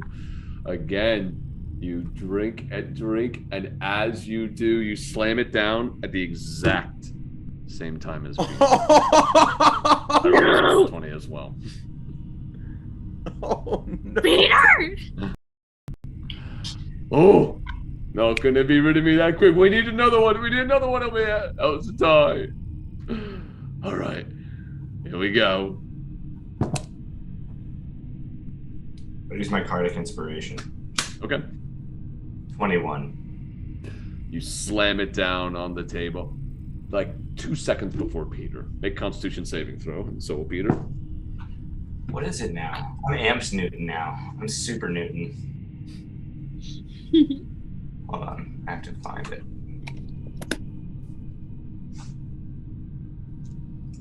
There it is. Constitution saving. Still pretty lame. It's 18. Okay. You start to feel a little bit. Well, but you push it back down. You're totally fine. All right, that's one. God, I gotta get one. Come on, Peter. No, wait, that's the second one I've won. You do 3 total though. I'm confused. I beat him. He says, last round. What do you want to do? You don't have to drink if you don't want to. I'll drink, but I thought the first one I beat him barely. You beat him, so you got 1. The second one you guys tied, which is why he asked for another one, because he said that round doesn't count then, since you tied. Oh, okay. Drink, yeah. But then I used my... You used your Cardic on your second round. Right. But then the tie didn't count. So that was just like not even drinking. But I thought it was best 2 out of 3. Yeah, he said it was a tie, so you said keep going. You still do all 3, no matter what. Okay. In case you throw up. All right. Fair enough. Throw up 18. DQ. 18. Okay. On this one, Peter does slam it down half a second before you. Constitution saving throw, Newton. 12. You feel yourself start to vomit, Newton. At the last second, hold it down. All right. Time match. Okay, now I understand. Because you have to test the puking. I did not get that. I thought because if I won. Okay. Automatic DQ. Who's up next? I'll just sit down. All right. I'm going to have to bring the heavy hitter for this one. Doreen!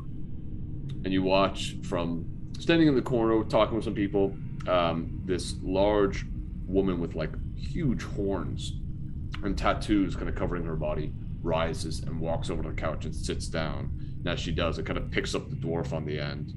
Like, are you there? Are you there? And he hops off. She's like, all right. Hello. You versus me. Mm-hmm. Let's see what you've got. First drink. Natural 20. Woo-hoo-hoo. Half a second before Wow, you slam yours down as she rolled a 19. Oh my god. It's never gonna happen. Tougher than I thought. Go again. I kid you not, that's a 19. Dang! That is really good. Holy shit. You finish it a full second before she does. Peter's like, ah! All right, well, let's see. Maybe you still have to take shots, so. All right, last roll. We could throw up. Yeah, that's a 9. It's a natural 20 for her, so she Damn. finishes off that time. Make a Constitution saving throw. Come on.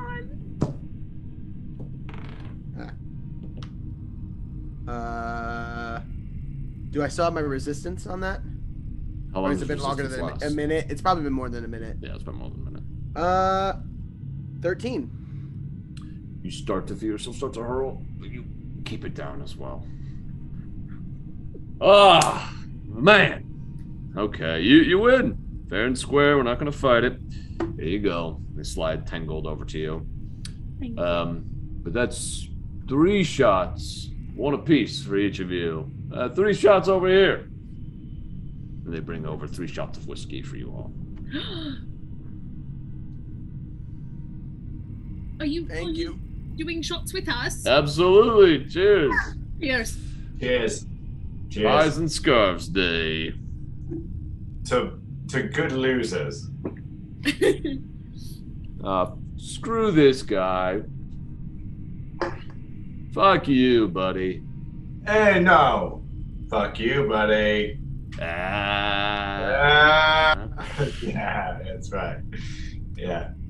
And you watch as they, having lost now, kind of start to just filter away. Doesn't seem like too many other people are doing drinking games or anything like that, but there are still people about. Everyone make a perception check. Perception. Think. Perception. 9. 18. Natural 20, so 22. Okay. Just kind of glancing around this whole area, you see someone playing piano.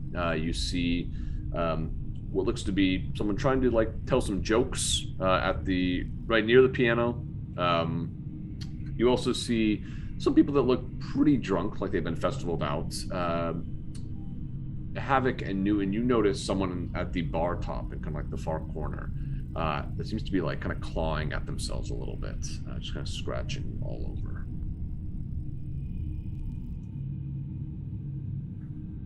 So as far as the splitting up of money goes, I think that I should get my 5 gold back, Newton should get his back, and then you two can split.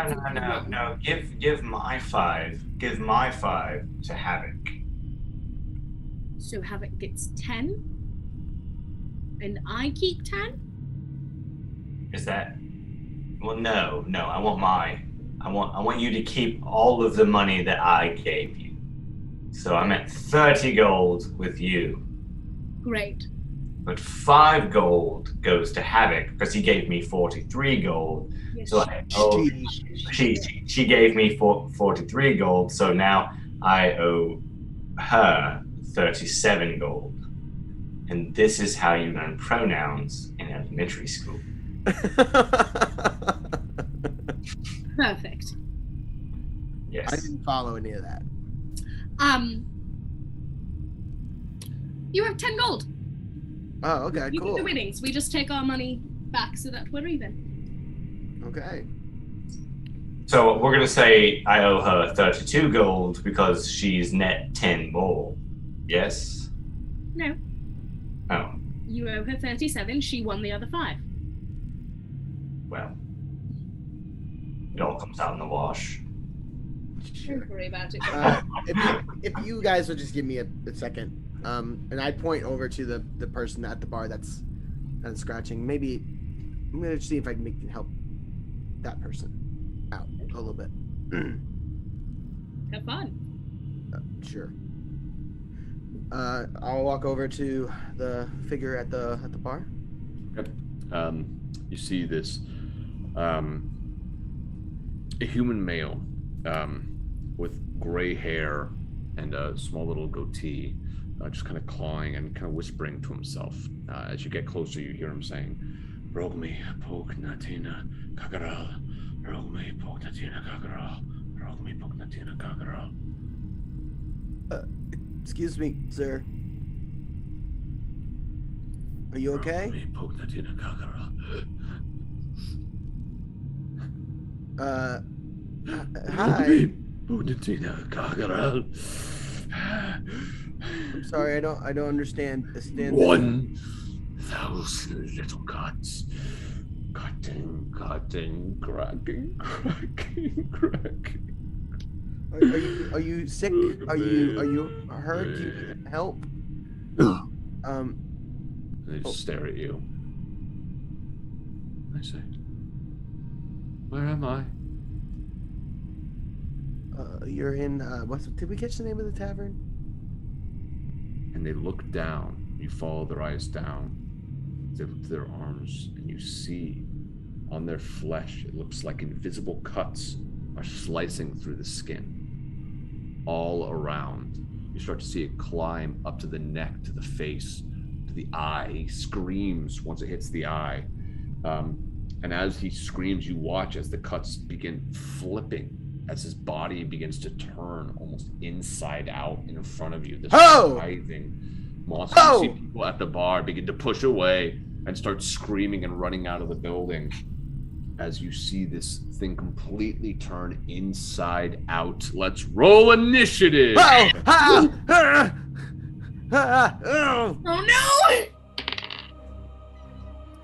Initiative. Well, Has it been more than 8 hours? At this point, yes. Battle. 20 to 25, anyone? 15 to 20, anyone? 19. 18. Okay. Tilly, what's your dexterity? My dexterity is +4, 18. Okay. And then, Newton, what did you get? 12. Gotcha. All right. It is over to you, Happy. As you see this kind of fully formed creature like slide off of the stool, you also watch as it opens its like giant toothy maw and this long tongue begins like slithering out on the ground. Whoa, whoa, whoa, whoa, whoa! No, thank you. And I'm going to. Oh, I'm sorry. Oh. Pause. Let's go to roll 20, everyone. Oh no! Seth, I sent a link in the email for the Zoom earlier. If you wouldn't mind hitting that link and heading on over there. Okay. Yes. I had it open. There it is. Let me click God. Sweet.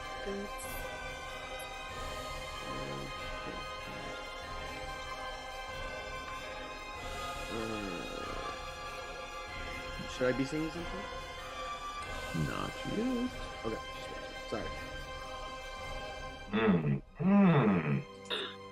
So unexpected.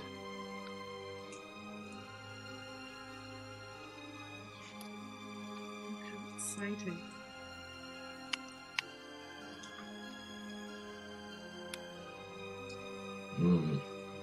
Okay, marking that.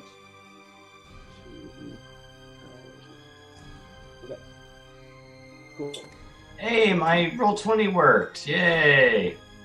Nice. No, I mean my picture that I sent you, it worked.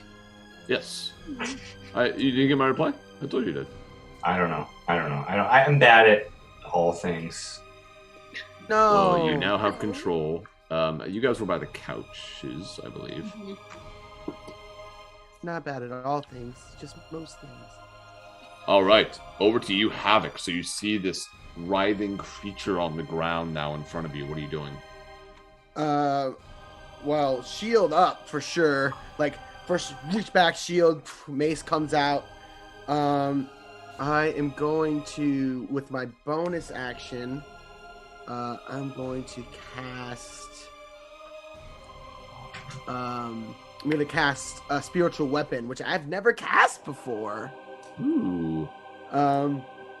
So out of the air, my eyes flash blue, and like a rift in space-time opens up, and out of it floats this like club that is kind of like ran through with nails and spikes and rusty hooks, kind of very gnarled, scrap metally look on the front.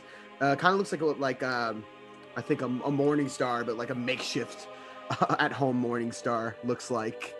Gotcha.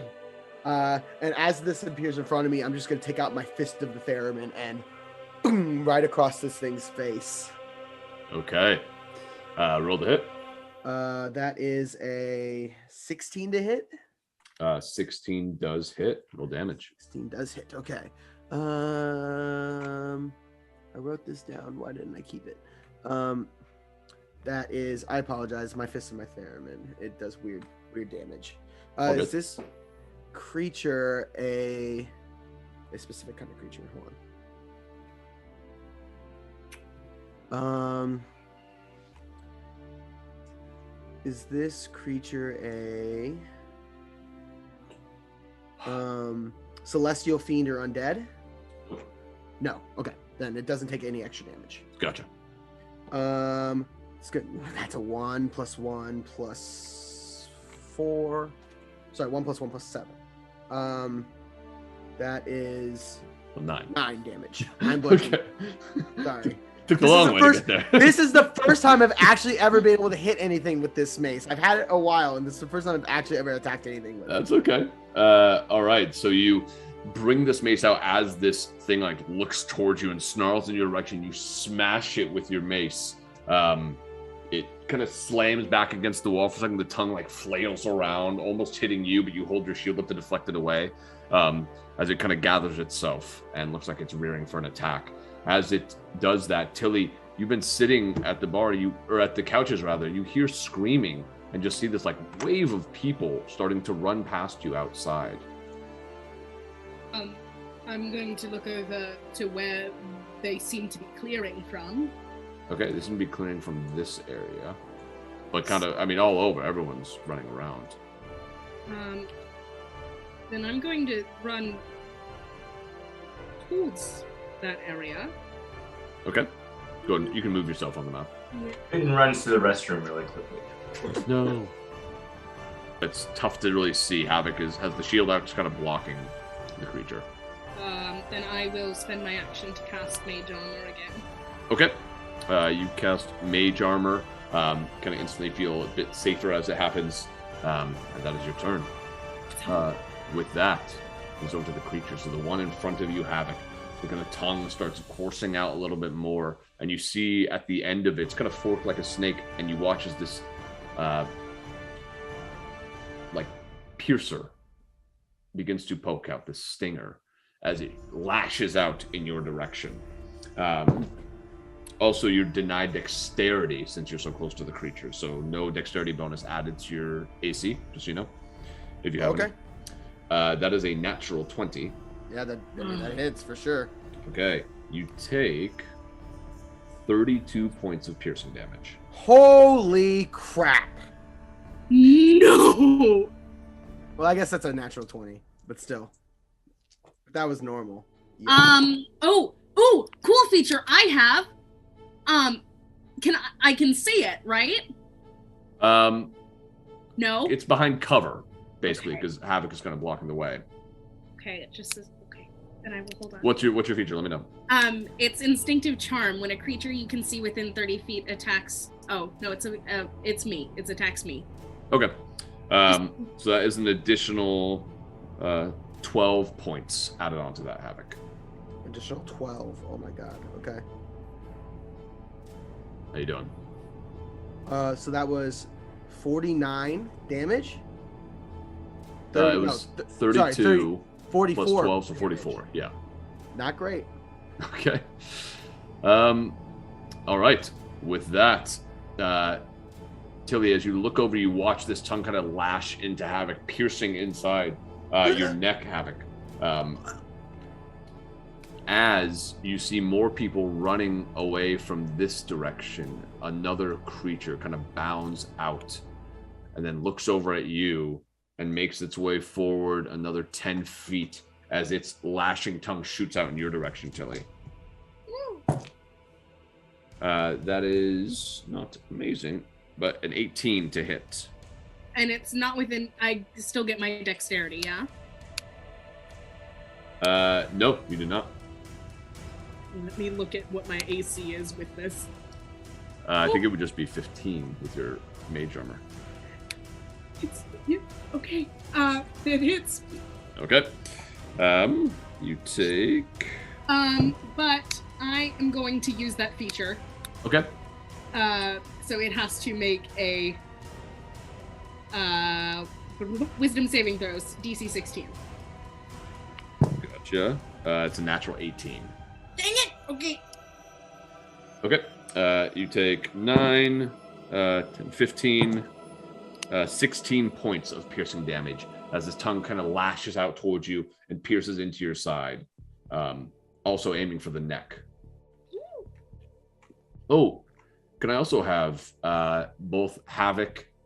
Actually, all three of you can go ahead and make a charisma saving throw. Is this a charm effect? It's a fear-based effect. Okay. So no. 17. Okay. 30-20. Okay. I rolled a natural 1.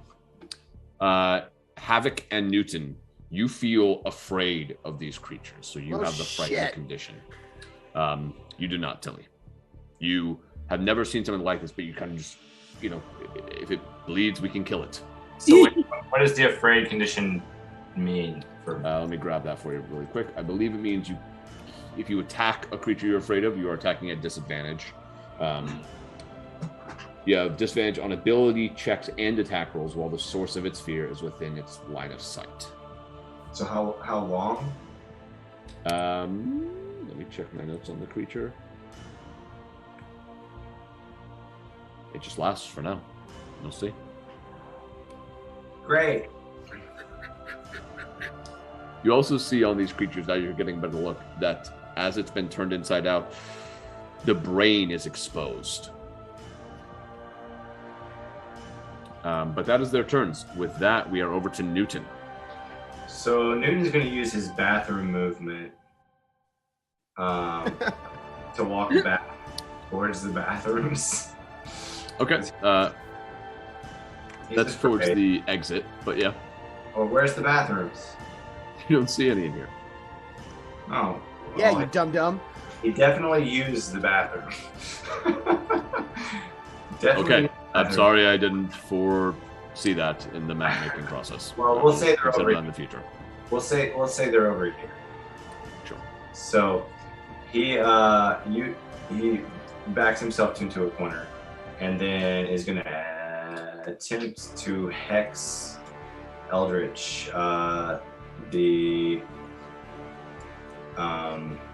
Yeah, this one, the one that Havoc is attacking is probably a bit too out of the way. Yeah. So the other one. Gotcha.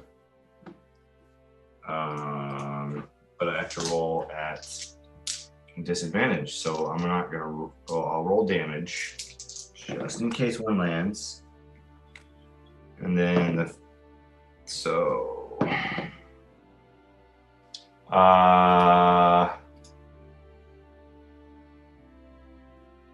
wait, it is +6 to hit, I think. So unless it's changed. I mean, it's your stat block, man. Oh, it is +7. It is +7. So 14 to hit. 14. Oh, just hits. So that's 13 damage. All right. You kind of afraid just fire a bolt towards this creature, and as you hit it, it snarls and looks over in your direction. Yeah. So we'll do the second shot. Okay.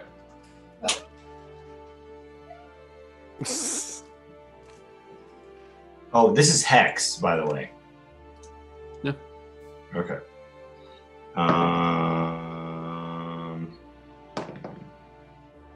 23 to hit. Yeah, that hits. So an additional 6 damage. Okay. Yeah, you hit into this one twice, and it kind of flails back, crushes the chair it was kind of standing on to attack Tilly, but then just snarls and kind of glares over in your direction. And I'm gonna keep on hiding in the corner. Okay. With that, we are back to the top with Havoc. So Havoc, you glance over your shoulder really quick and see that another one of these creatures is behind you. But you still are dealing with this one in front of you. What are you doing? Well, I'm afraid of it. So first thing I'm gonna do, I'm gonna kind of take my shield and I'm gonna kind of hunker down a little bit and get this thing out of my neck. I'm gonna grab it. I'm gonna reach deep down and connect with my patron, and I'm gonna cast a 3rd level Cure Wounds. Okay. I don't want to die. That's a good reason to cast Cure Wounds. So that's 7, 5, and 1. So that's 13 plus 7. So I heal 20 points of damage. Gotcha. And then I'll make attack at disadvantage with my spiritual weapon and the one in front of me, just to hopefully get it away from me. Like Okay. it's like a fearful. With my bonus action. At disadvantage, that is a 15. 15 does hit. Okay, that is 6 plus 7, so that's 13 points of magical force damage. Gotcha. You slam into this one, kind of hitting it to the ground for a moment. It doesn't get up at first, but as your weapon rises, it pushes itself back and kind of shifts around. Yeah. I hate you! I was trying to help you! Anything else you want to do? No. Over to Tilly. I'm gonna create a 40-foot cube around me. I'm gonna reach into one of my pouches, smear molasses between my hands, and cast Slow. Okay. And how many of them are there? You see 2. I see just 2. You see 2. Great. Those 2 need to make Wisdom saving throws. Okay. What do they have to beat? 16. The one closest to you succeeded. The one by Havoc failed. Great. So that one can either use an action or a bonus action, no reactions, and its AC is -2, and it takes -2 on dexterity saving throws. Gotcha. And if it attempts to cast a spell, let me know. Okay. So there's a lot of things with slow. No, you're fine. And then I'm the one closest to me succeeded, but I don't care. I'm very small and weak. And I'm going to move away from it. Okay.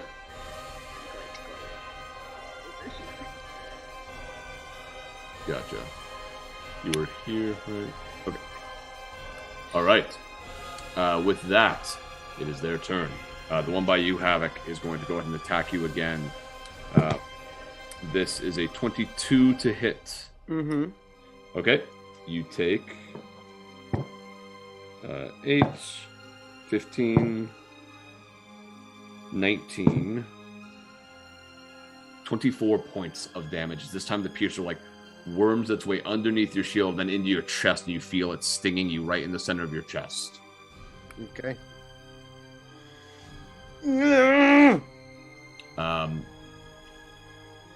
Seeing its comrade hurt. No, never mind. This one's going to make its way over to a utility, getting back in range and attacking you once again. That's only a natural 1, though. So the tongue shoots out in your direction. As it does so, a noble person runs by and it accidentally trips up over the creature's tongue.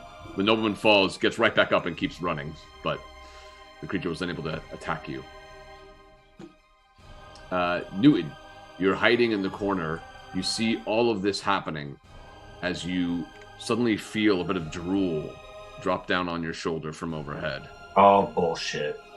And you see another one of these creatures that attacks you with a 21 to hit. Of course it hits. Take 13, 16, 19 points of damage. Okay. And with that, it is over to you.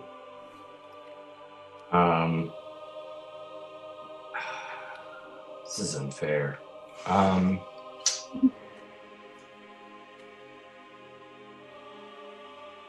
How bloodied the one that I've hit, is it bloody or is it just... It's bloody. It looks hurt. Yeah.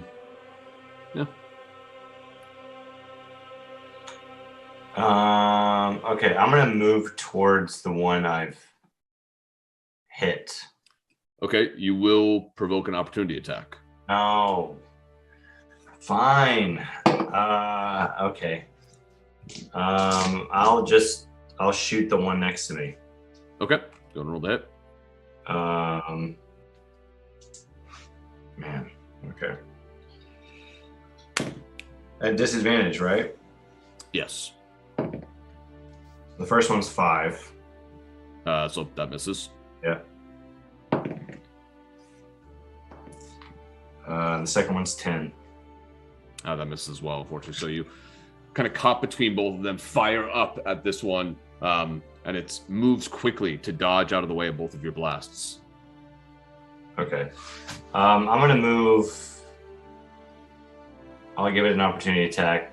Okay. I'm going to move here if I can. Okay. That is a 22 on this. Yeah. Okay, this time it's just trying to kind of slap you across. Not quite as much damage. You take 6 points of damage, and I need you to make a strength saving throw.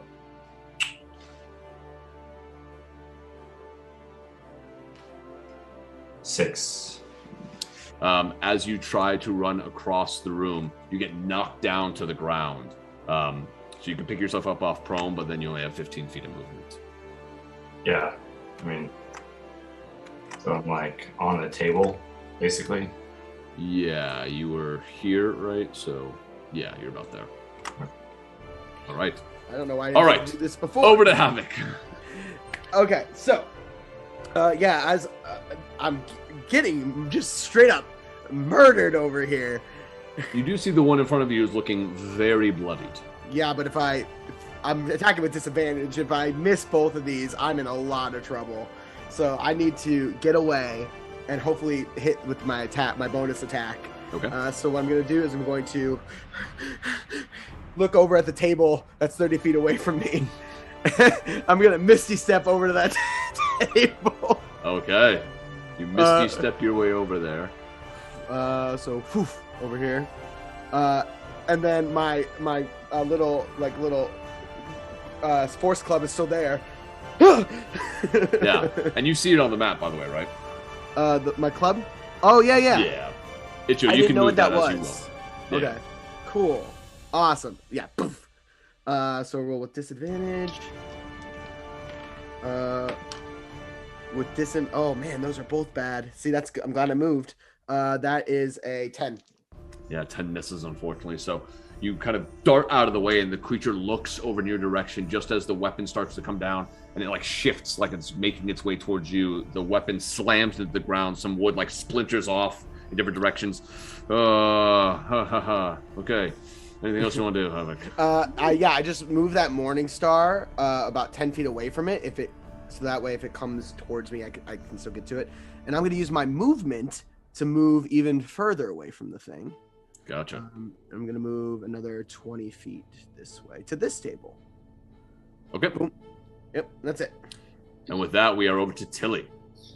It's me. I'm going to reach out, and you see a purple hand extend off of mine that's very skeletal, and I will cast Chill Touch at the one in front of me. Okay. A 27 to hit. That hits. Roll damage. Ooh, 12 damage. Okay. How do you want to do this? Hell yeah.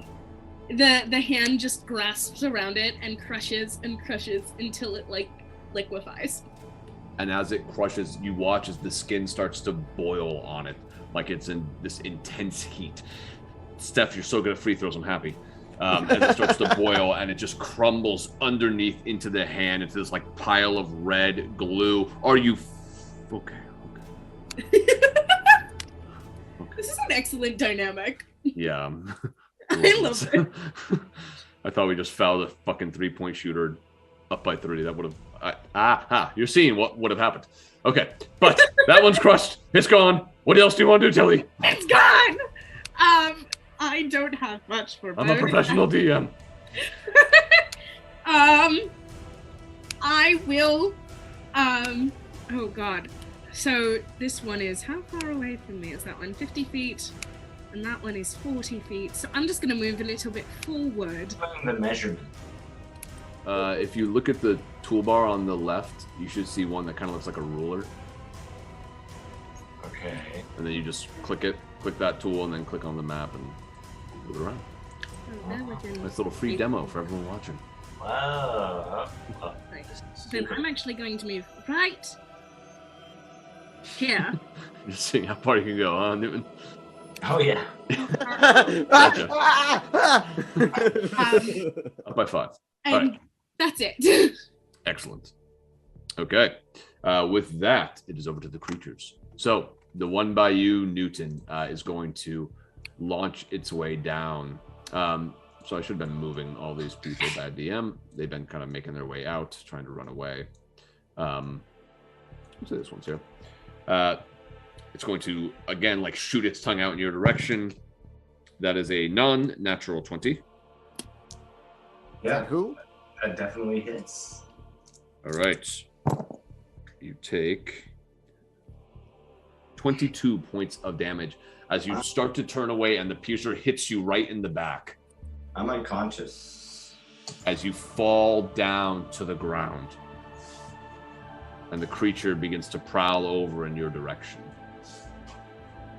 With that, the other one is going to try and charge its way over towards where it saw you go, Havoc. So your spiritual weapon Does it get an I opportunity don't attack? think so. Let's No. all out. Oh, okay. That is a 16 to hit. That does hit. Roll damage. For 8 damage. How do you want to do this? So yeah, as it goes by, I turn and look and go, ah! And like whip my hand, and the thing like comes around baseball style, like bops in the back of the head as it passes.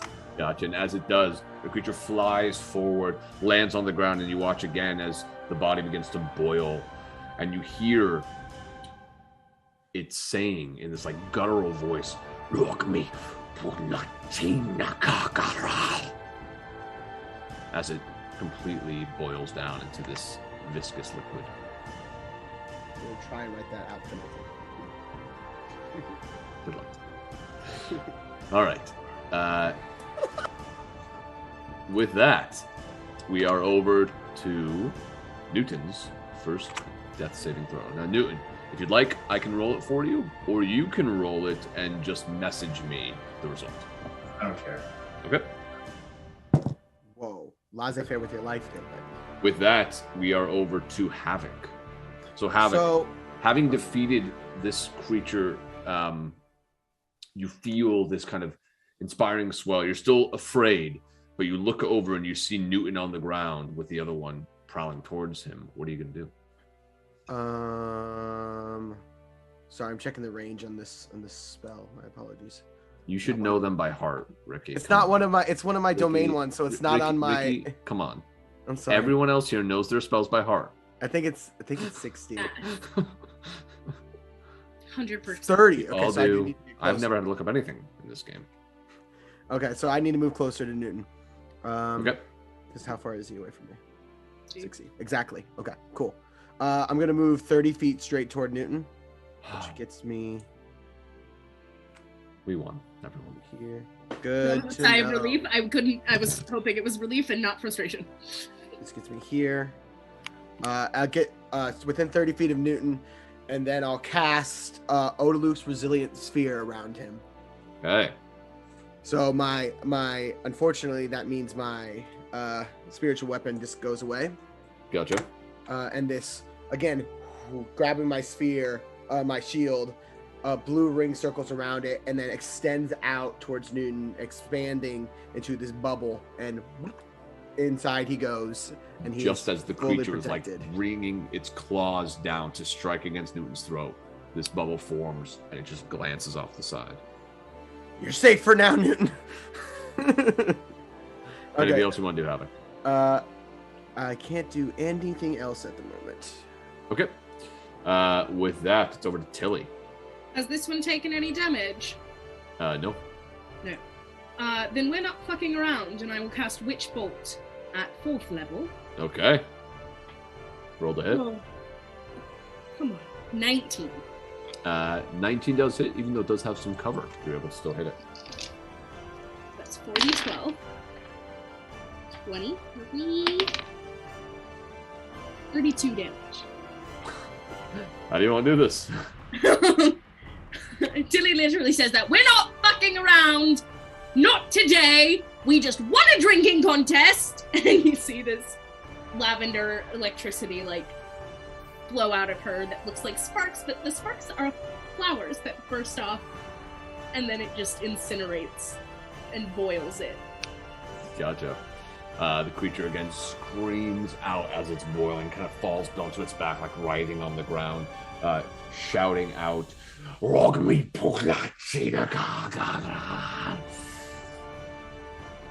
as it boils away. And we are now out of combat initiative. I immediately start sprinting towards Newton, like vaulting over the like couch or that seat, and like as I do, dispelling the Odaluk Sphere, and like grab him, and I'll cast Cure Wounds. As the creature like boils, this one like kind of explodes out, and this like wave of blood and like guts and everything shoots in the air, and Havoc like bursts through it with your shield as the spell fades, and you land putting your hand onto Newton and casting the spell. You gain 12 HP, buddy. All right, that puts me at 11. Your eyes open. You don't go and see negative. Havoc standing over you. You okay? And like blood is just like seeping out of my chest and my neck. You okay? Do you have any suggestions for nice restaurants or coffee shops in the area? No. We can stop the Roll20 recording too. Thank you. I'm fine. Thank you. You guys are good? Good. I'm feeling great, but You is turn everybody around and see okay? Most of the bar is cleared out. Hello. You do see a couple of dead bodies strewn on one of the tables. You see the piano player. Looks like they passed, as well as another person you didn't really know when you came in. I'll try and run around to anybody that looks down and try and do a spare the dying. It just if they might still not be with us. Yeah, you cast it. The magic kind of fades. You can tell that it's a bit too late, unfortunately.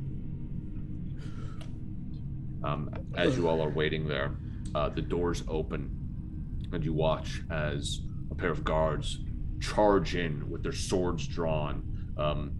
And you see that they seem to be like short swords, but they have this arcane glow around them as they charge in and say, "Ah, hey, you're right. Out of the tavern, there are beasts in here. From what we hear, We took care of it. you're right." Mostly. Sheath the sword. Takes off his helm, and you see this tall elven man with very short black hair. Kind of looks a bit like Willem Dafoe. As he walks up to all of you. Are you all right? And like a little bit of blood comes out of my mouth. Here. And he reaches down to his side, pulls out a healing potion. It's not much, but take this, and you look like you could use it too. Hands over to you, Newton. What about you? Much appreciated. Okay. I love one. That sounds delightful. I've just had shots of alcohol this evening. Well, how much does that heal me? 2d4 plus 2. 2d4 plus 2. Okay. So that's a d6. 3. He gave one to each of you. And actually, it wasn't so much a potion as it was this like little, almost like a tic tac that he handed your way. Delicious. Thank you. Thank you. Of course. Oh, yes, air and tic tacs. This place is wonderful. So you fought these monsters. What exactly did you see? We're getting reports from people. This is happening, and what did you see? wait, more reports from like around the city. What did you see? Tongues. Yeah, they had pointy, sharp tongues. So so this all started with there was a gentleman at the bar, and he was kind of itching and scratching and he was muttering to himself. I didn't catch what he was saying, but he did say one thing in common. And he said 1,000 little cuts. Little cuts. Huh. I don't know if and then his like skin started splitting open, and whatever those things are popped out of him. Yeah, I've not. It's the first time I've heard of any words being spoken. One of them shouted at me, and I apologize if this is offensive to anyone that speaks this language. I don't know what it is, and I apologize about my pronunciation. He said, "Rog me pogak di pukakaka." I'm confused. Did you write it down as it was starting to attack you, or No, in my head. I like when I want to really. It's a memory device that I use. I like imagine myself writing it down in my head. Do you imagine yourself as you are, like as a different being, or like? You know, Like- sometimes I'm really in it and I see myself, and sometimes it's somebody else. Sorry, is this This is pertinent? interesting. No, just Anything the DM could be being kind of pertinent. hopefully meta funny. We'll see. See if they Very respond. funny. Anything could be pertinent. That is interesting information. We've not heard anything about the creatures talking. It's Tilly, everyone that caught common tongue. Tilly, you can't you do something where you can like know languages? I can comprehend written ones, Hmm, but they That's must be written. that's not helpful. Well, Understand language. Does it work if you touch their remains? That seems weird. I mean, maybe, but it would not be in my rule book. You know what I mean? if you touch me, and I say the words again, I'm sorry. I just need to know. So you're saying 3 of them attacked here? yeah. They, or more, maybe more. I don't know. I was occupied by 2 for a moment there. Well, I apologize for our late arrival. We, seems like you may have caught on. He gestures to you, Havoc. But this has been happening all over the city tonight, so we were dealing with some in the street. Like sporadically, like it happened and then it happened somewhere else and then it happened, or it's all happened at the same time. Not really sure yet, to be honest. All I know is I heard cries coming from the tavern, started to move with my partner here, and that's when we saw someone in the square do this. It's strange. At the end of the Pie and Scarf Festival. Yeah, I don't know if there's a connection, but perhaps. What are your names? Tilly. Are you citizens of Praptillan? No, we're just visiting. Our traveling ship needed to be inspected. We're trying to get our multiverse license. Well, the city owes you a great debt. More people could have died had you not been here. We do what we can. Tell you what, if you'd like, I'll pay for your rooms for the evening. If you wouldn't mind, I might need to call on you again to ask more questions. To get our car licensed, essentially. We need a DMV meeting, basically. We need someone to help us. The DMV, the strip club? Oh, I'm sorry. Wrong universe. We need someone to help us get our vehicle licensed to travel through the multiverse. That's what we really need. I understand that sometimes the order of the ref, it can be a bit slow, so... Bureaucracy, we understand. I mean, between you and me, I feel like we were doing just fine as the guards here. Want some payment at all for what you did. You know, some of you hero types just do it for goodwill, but, you know, you put your lives on the line. You deserve some money for that. Time is payment. And the amount of time we need to make up for what they're asking for our multi-dimensional travel device is quite a lot. So, you know, I'm reiterating that that's what we need help with. Time. I understand. I'll do what I can. Maybe we can check in with you there tomorrow, see if there's any more information or anything you could use our assets to help you with this investigation. Of course. I should be there around 10 to 14.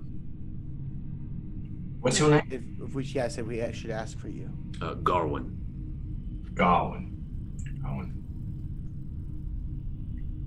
Thank you. Well, I'm gonna have some people come in here for a bit and at least clean up, collect some samples of this stuff. I say, do you mind if we also may collect any samples or like do our own, just try a few things to get some more information as well that we might be able to share with you all. He looks to the guard with him. If you do it quick. In full view of we wouldn't do anything. Do it quick. Just saying. It's against protocol. We could get in trouble. Got it. This is a shot in the dark here. All right, shot in the dark. But has anyone turned in a watch? Is there lost and found? He scratches at his goatee, and you see this watch on his wrist. No, not that we've seen. No, he doesn't have a watch. I'm just kidding. You messed up, man. I mean, I don't know. You'd have to check at the guardhouse. Something that small and petty and insignificant is not something that I just... I'm kidding. Okay. Yeah, take whatever you need. But again, be quick about it. We have some of the people from the Empire coming to collect samples in a moment. Great. Then should I cast Comprehend Languages? Is that going to be helpful at all? Wait, if it has to be written? I can't write it. I don't know what characters to use, what language it's in. I would have no way to write it. Oh, yes. I can understand any spoken language I hear. I mean, we can try it. That can be something we try in a little bit, but if we only have a limited time in this room, we should do something here before, yes. I think I should definitely inspect some of the bodies of the people and maybe, see if like the wound, check the wounds and things like that, see if I can learn anything medically. I'll look around for any entrance points if it was something else, because it seemed like they were coming from everywhere. Yeah. And to see if there's any tracks or anything of where they might have come from. Newton, what do you think you might be able to suss out here? I'm going to ask the bartender what they know. I think the bartender's gone. No, the bartender's out front. Okay. Okay. Well, while I investigate, I might take some samples as well. Okay. Break. Yeah. Go and do that stuff. As you start to go have it to collect the samples, Garwin kind of walks up with you and just says, "Hope you don't mind. Listen, I just don't know you all that well, so I do have to." No, of course. Like I said, we want to be all above board here. Like we said, You guys can watch. I just, we have different abilities and we have different knowledge from travels, and we want to help. We don't want anybody to get hurt. Well, go ahead. So yeah, I'll take out one of my vials that I usually keep like different body parts and teeth and stuff in, and I'll scoop some of like the ichor, blood, and viscera into a vial. And then I'll go inspect the dead bodies, like check their wounds and see if. Yeah, so there's not. Oh, you mean the humans? Yeah, because the people that got ripped open, there's none of them left. Yeah, I know that. Yeah, as you inspect the bodies, go make a medicine check. All right. Ooh, not great. I'll use my Cardic. Okay.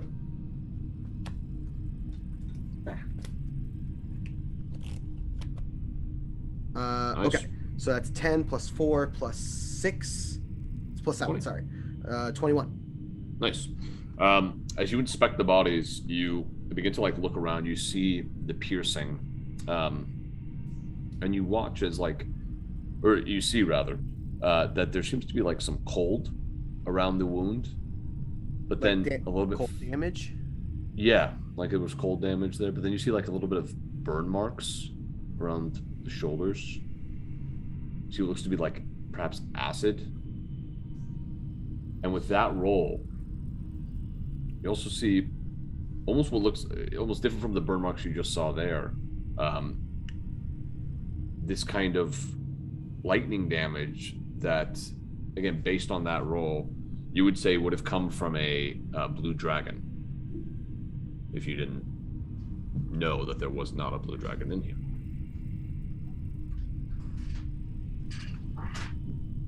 Okay. You notice similar patterns, not the exact same, but a couple of odd damaged parts over the body, as well as like one that just kind of sticks out as this very odd thing. Okay. So all just to clarify for myself, so each like dead body has maybe like a mixture of these different like elemental damages, but there's only one specifically that has this like lightning damage. Elemental and like, I mean, almost any damage type you see. So it's like, all mixture. Okay. Yeah, all a mixture. From my damage that I took, did I feel any specific type of like pain? Did I feel burning? Did I feel cold? Did I feel stuck? No. No. Okay. Okay, that's good to know. I think that's great information. Thank you. Yep. At that, Newton will follow you. So you head outside. You see the barkeeper kind of looking up at his tavern, a bit shaken. This kind of big, burly guy. Looks a bit like John Goodman, but has blue skin with these like patches of yellow all throughout.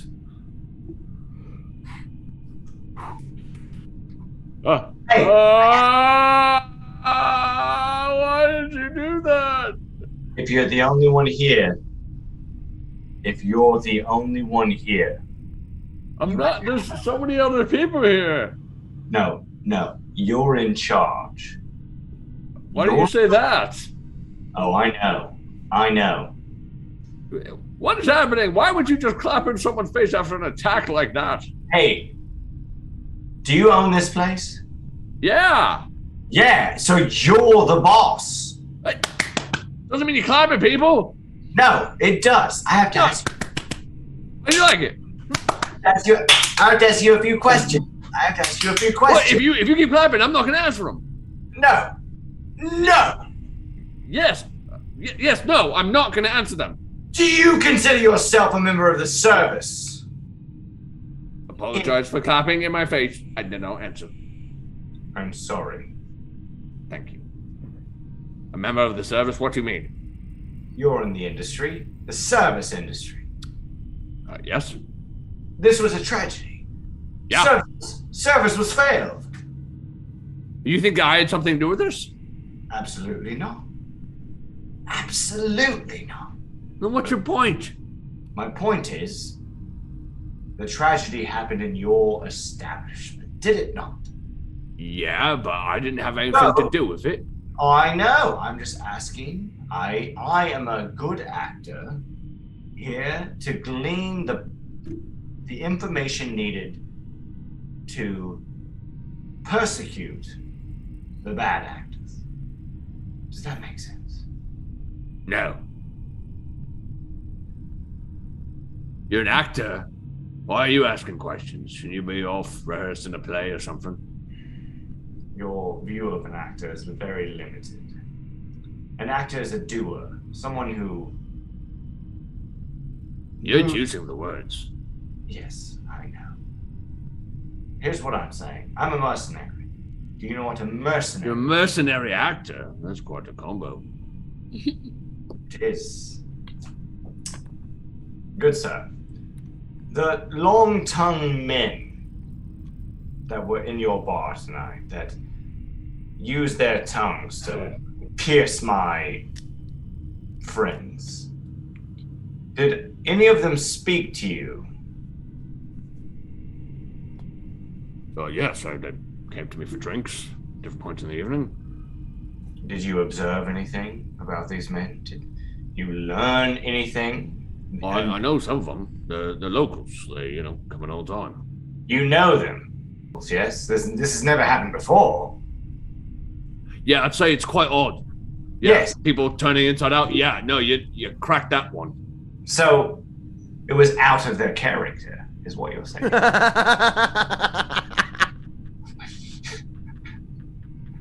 Do you need something from me? Because otherwise I'm going to go talk to someone with at least one more brain cell. I think I'm quite linear in my thinking, sir, and I think you need to catch up. Right. Nice talking to you. Good luck with everything. What were the names? The locals? Yeah, it was, fuck off, who the fuck are you, and go fuck yourself. Have you seen my smile? Right, he turns around. Look at my smile, sir. Look me in the eye and turn away from me. He's talking to some of the bar keeps that were also helping out, serving drinks and whatnot. I'd like to use my charisma. Okay, do it. You can try an intimidation check if you'd like. Intimidation? It seems to me like you're being more intimidating than anything else. Are being rather aggressive. All right. Yeah, let's do it. Fucking look at me, motherfucker! Whoa. 16. Okay. He does turn back to you with like wide eyes. You see a lot of people as you like kind of say that, give you a wide berth looking at you kind of scared. I love you. What? I want you to know that I am you. I am you. Guards? I know your job. There was a life I lived where I was you. Oh, God, he's one of them guys. Yeah, we get it. The multiverse has a lot of different lives, a lot of versions of ourselves. Yeah. So what I'm saying is, I know what you went through tonight. Really? You have gone through something where you owned a tavern and people started turning their skin inside out with long tongues, and then you had someone clapping in their face and asking you ridiculous questions? Similar. Similar. Not quite. I mean, have you ever been to a festival in a major city? It's insane. Yeah, there was one today. Yes. All I'm saying is I'm trying to help here. Who are you? You say you're an actor mercenary, and then you tell me to look at you while you smile. And then you say you love me and that you are me. I'm just very confused by this whole thing. You say you're being very linear in your conversation. You're not. I don't know what you think linear means. It does not mean what you think it means. Sir. Yes. If you give me information, I will make you money. How? I will solve the riddle of this catastrophe, and... How does that make me money? Man, that can make some money. Show me how much money you have on you right now. Touche, sir. I have someone that manages my money. That's pretty wise. I do too. But listen, I still don't know why I should trust you instead of the guards. I'm not saying you shouldn't trust the guards. I'm with the guards. I'm gonna tell them. You're with the guards? I'm not with the guards. They don't distrust me. All right, see, you're doing it again. You're like, please just say what you mean. Why are you being so indirect? I'm not being indirect. I'm saying that if they do not distrust me, there's no reason, there's no negativity with my person amongst the guards. I'm being paraphrasing here, but I'm pretty sure you said I am with the guards. I mean, I'm not with the guards. So yeah. Confusing. I'm confused. Oh my god. Listen, I'm gonna talk to Garwin. If he says you're cool, then okay. But I gotta be honest, I just feel uncomfortable. You shouldn't. You said you love me. I do. Yeah, see, uncomfortable. That's where it's emanating from. Oh. You know, I thought the inside-out tongue people would be the weirdest part of my day. Do you have a trust fund? How did you get this bar? I built it from the ground up. Really? And yeah, really. And so you're uncomfortable with a drunk man saying he loves you? I'm comfortable with you saying you love me. And then saying you are me. I've had many drunk people say they love me. It's pretty rare that they then tell me that they are me. And then say they are with the guards, but they're not with the not guards, and it's just a whole lot. All right, I'm gonna go talk to Garwin, and he starts walking away. Oh no!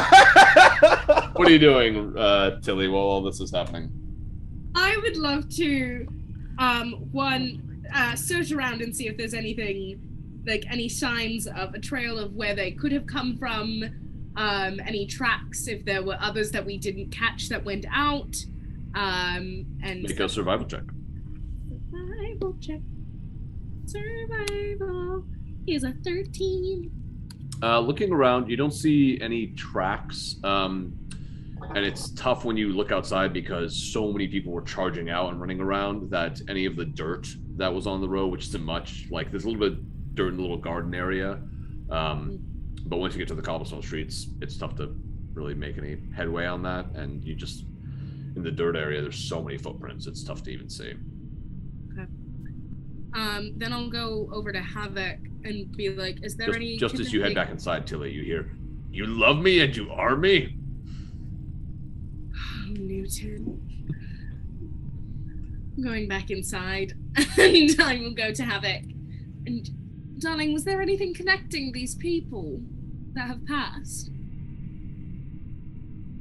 Weirdly enough, it's actually something that is like, seems like it would disconnect them in a way, but also in that way connects them. So they all kind of have like different elemental damage.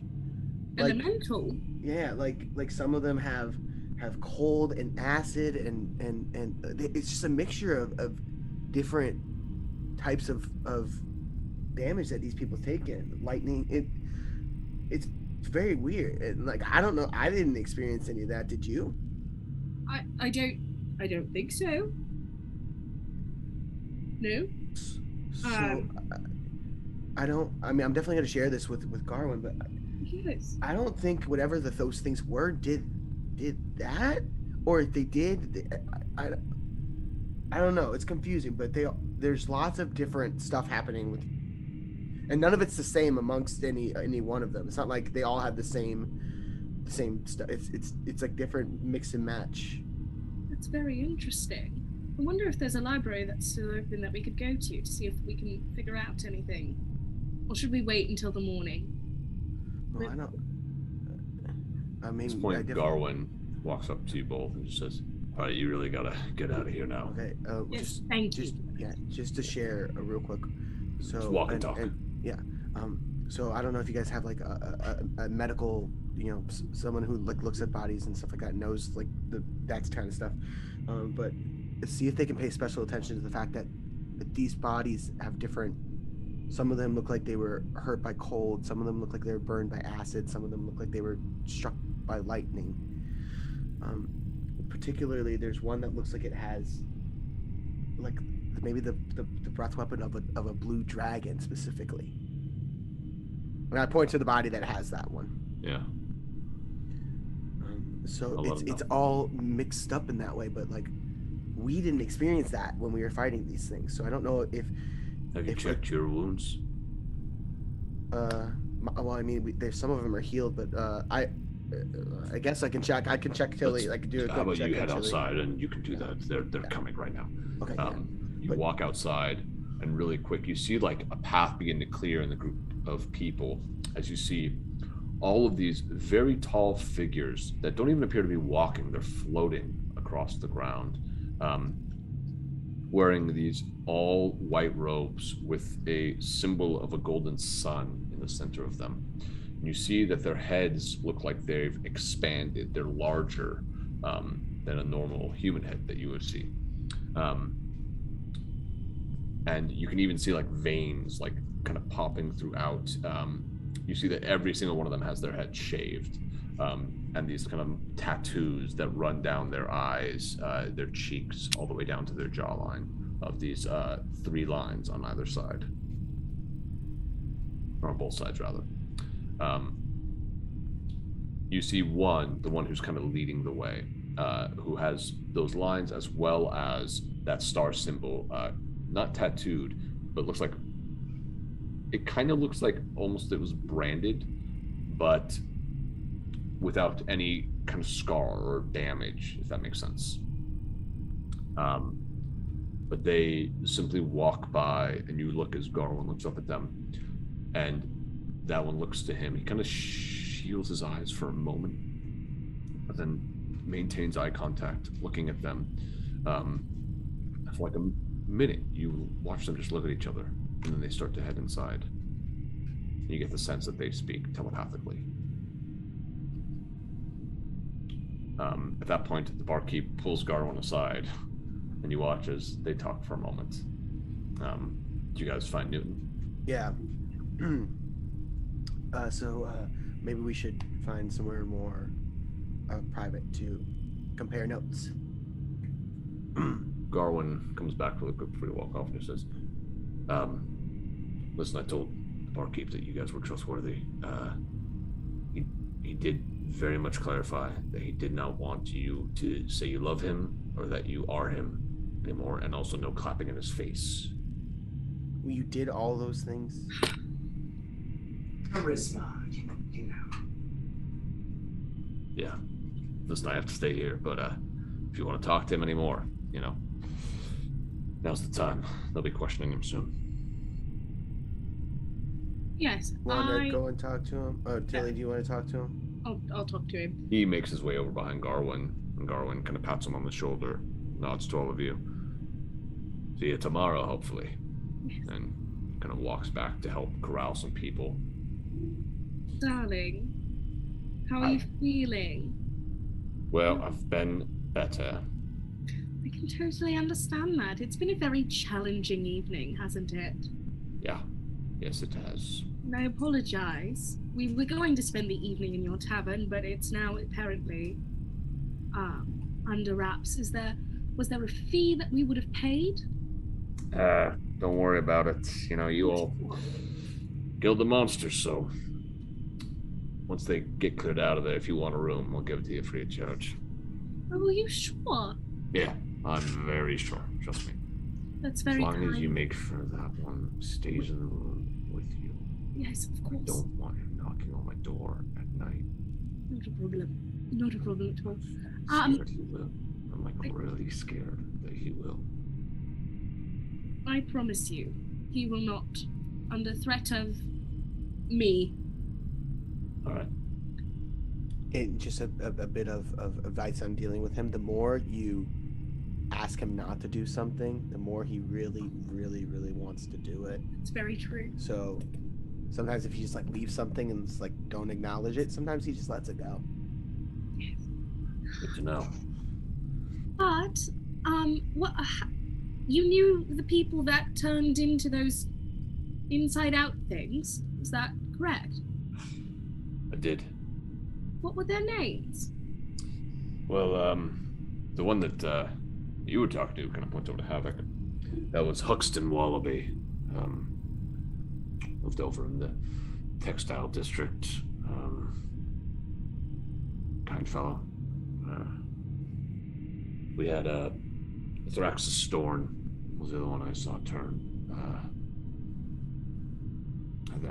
I didn't see whoever the third one was. If you don't mind, Thraxus. I'm sorry. What, if you don't mind, what ancestry were they? Huxton was a half elf. Thraxus was a Githyanki. Interesting. And where did Thraxus live as well? Thraxus, he was over in the Emerald District. Emerald. Interesting. Very interesting. Did they work in the same style of profession or anything like that? Anything that would connect them in your mind? I don't think so. Huxton was a tailor, designed clothes. Didn't own his own shop, but worked underneath a tailor. Do you remember the tailor's name? I don't. They never came to my establishment, but they worked in the Golden Needle was the name of the tailor shop. Lovely. And Thraxis? Thraxis worked down by the docks. On a specific ship or just on the docks? Just general maintenance. He gets picked up to work on someone's ship while they're here, and occasionally would go out to traverse, but not too often. Oh, so he was a freelance. Down and out?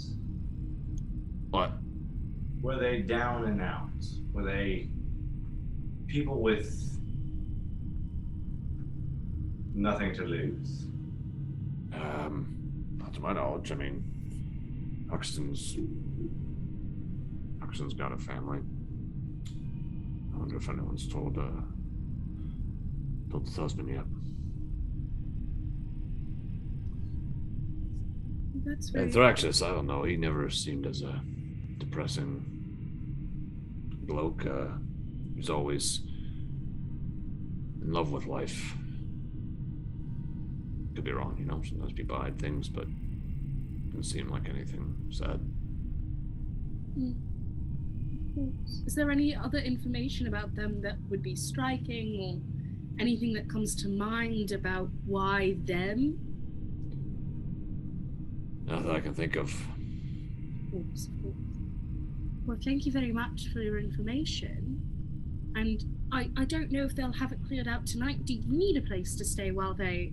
Oh, it should be just about an hour, if that. They were pretty fast. Those folk. Do they always come in when something like this happens?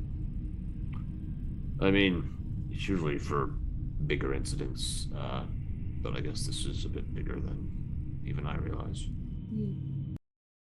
Man.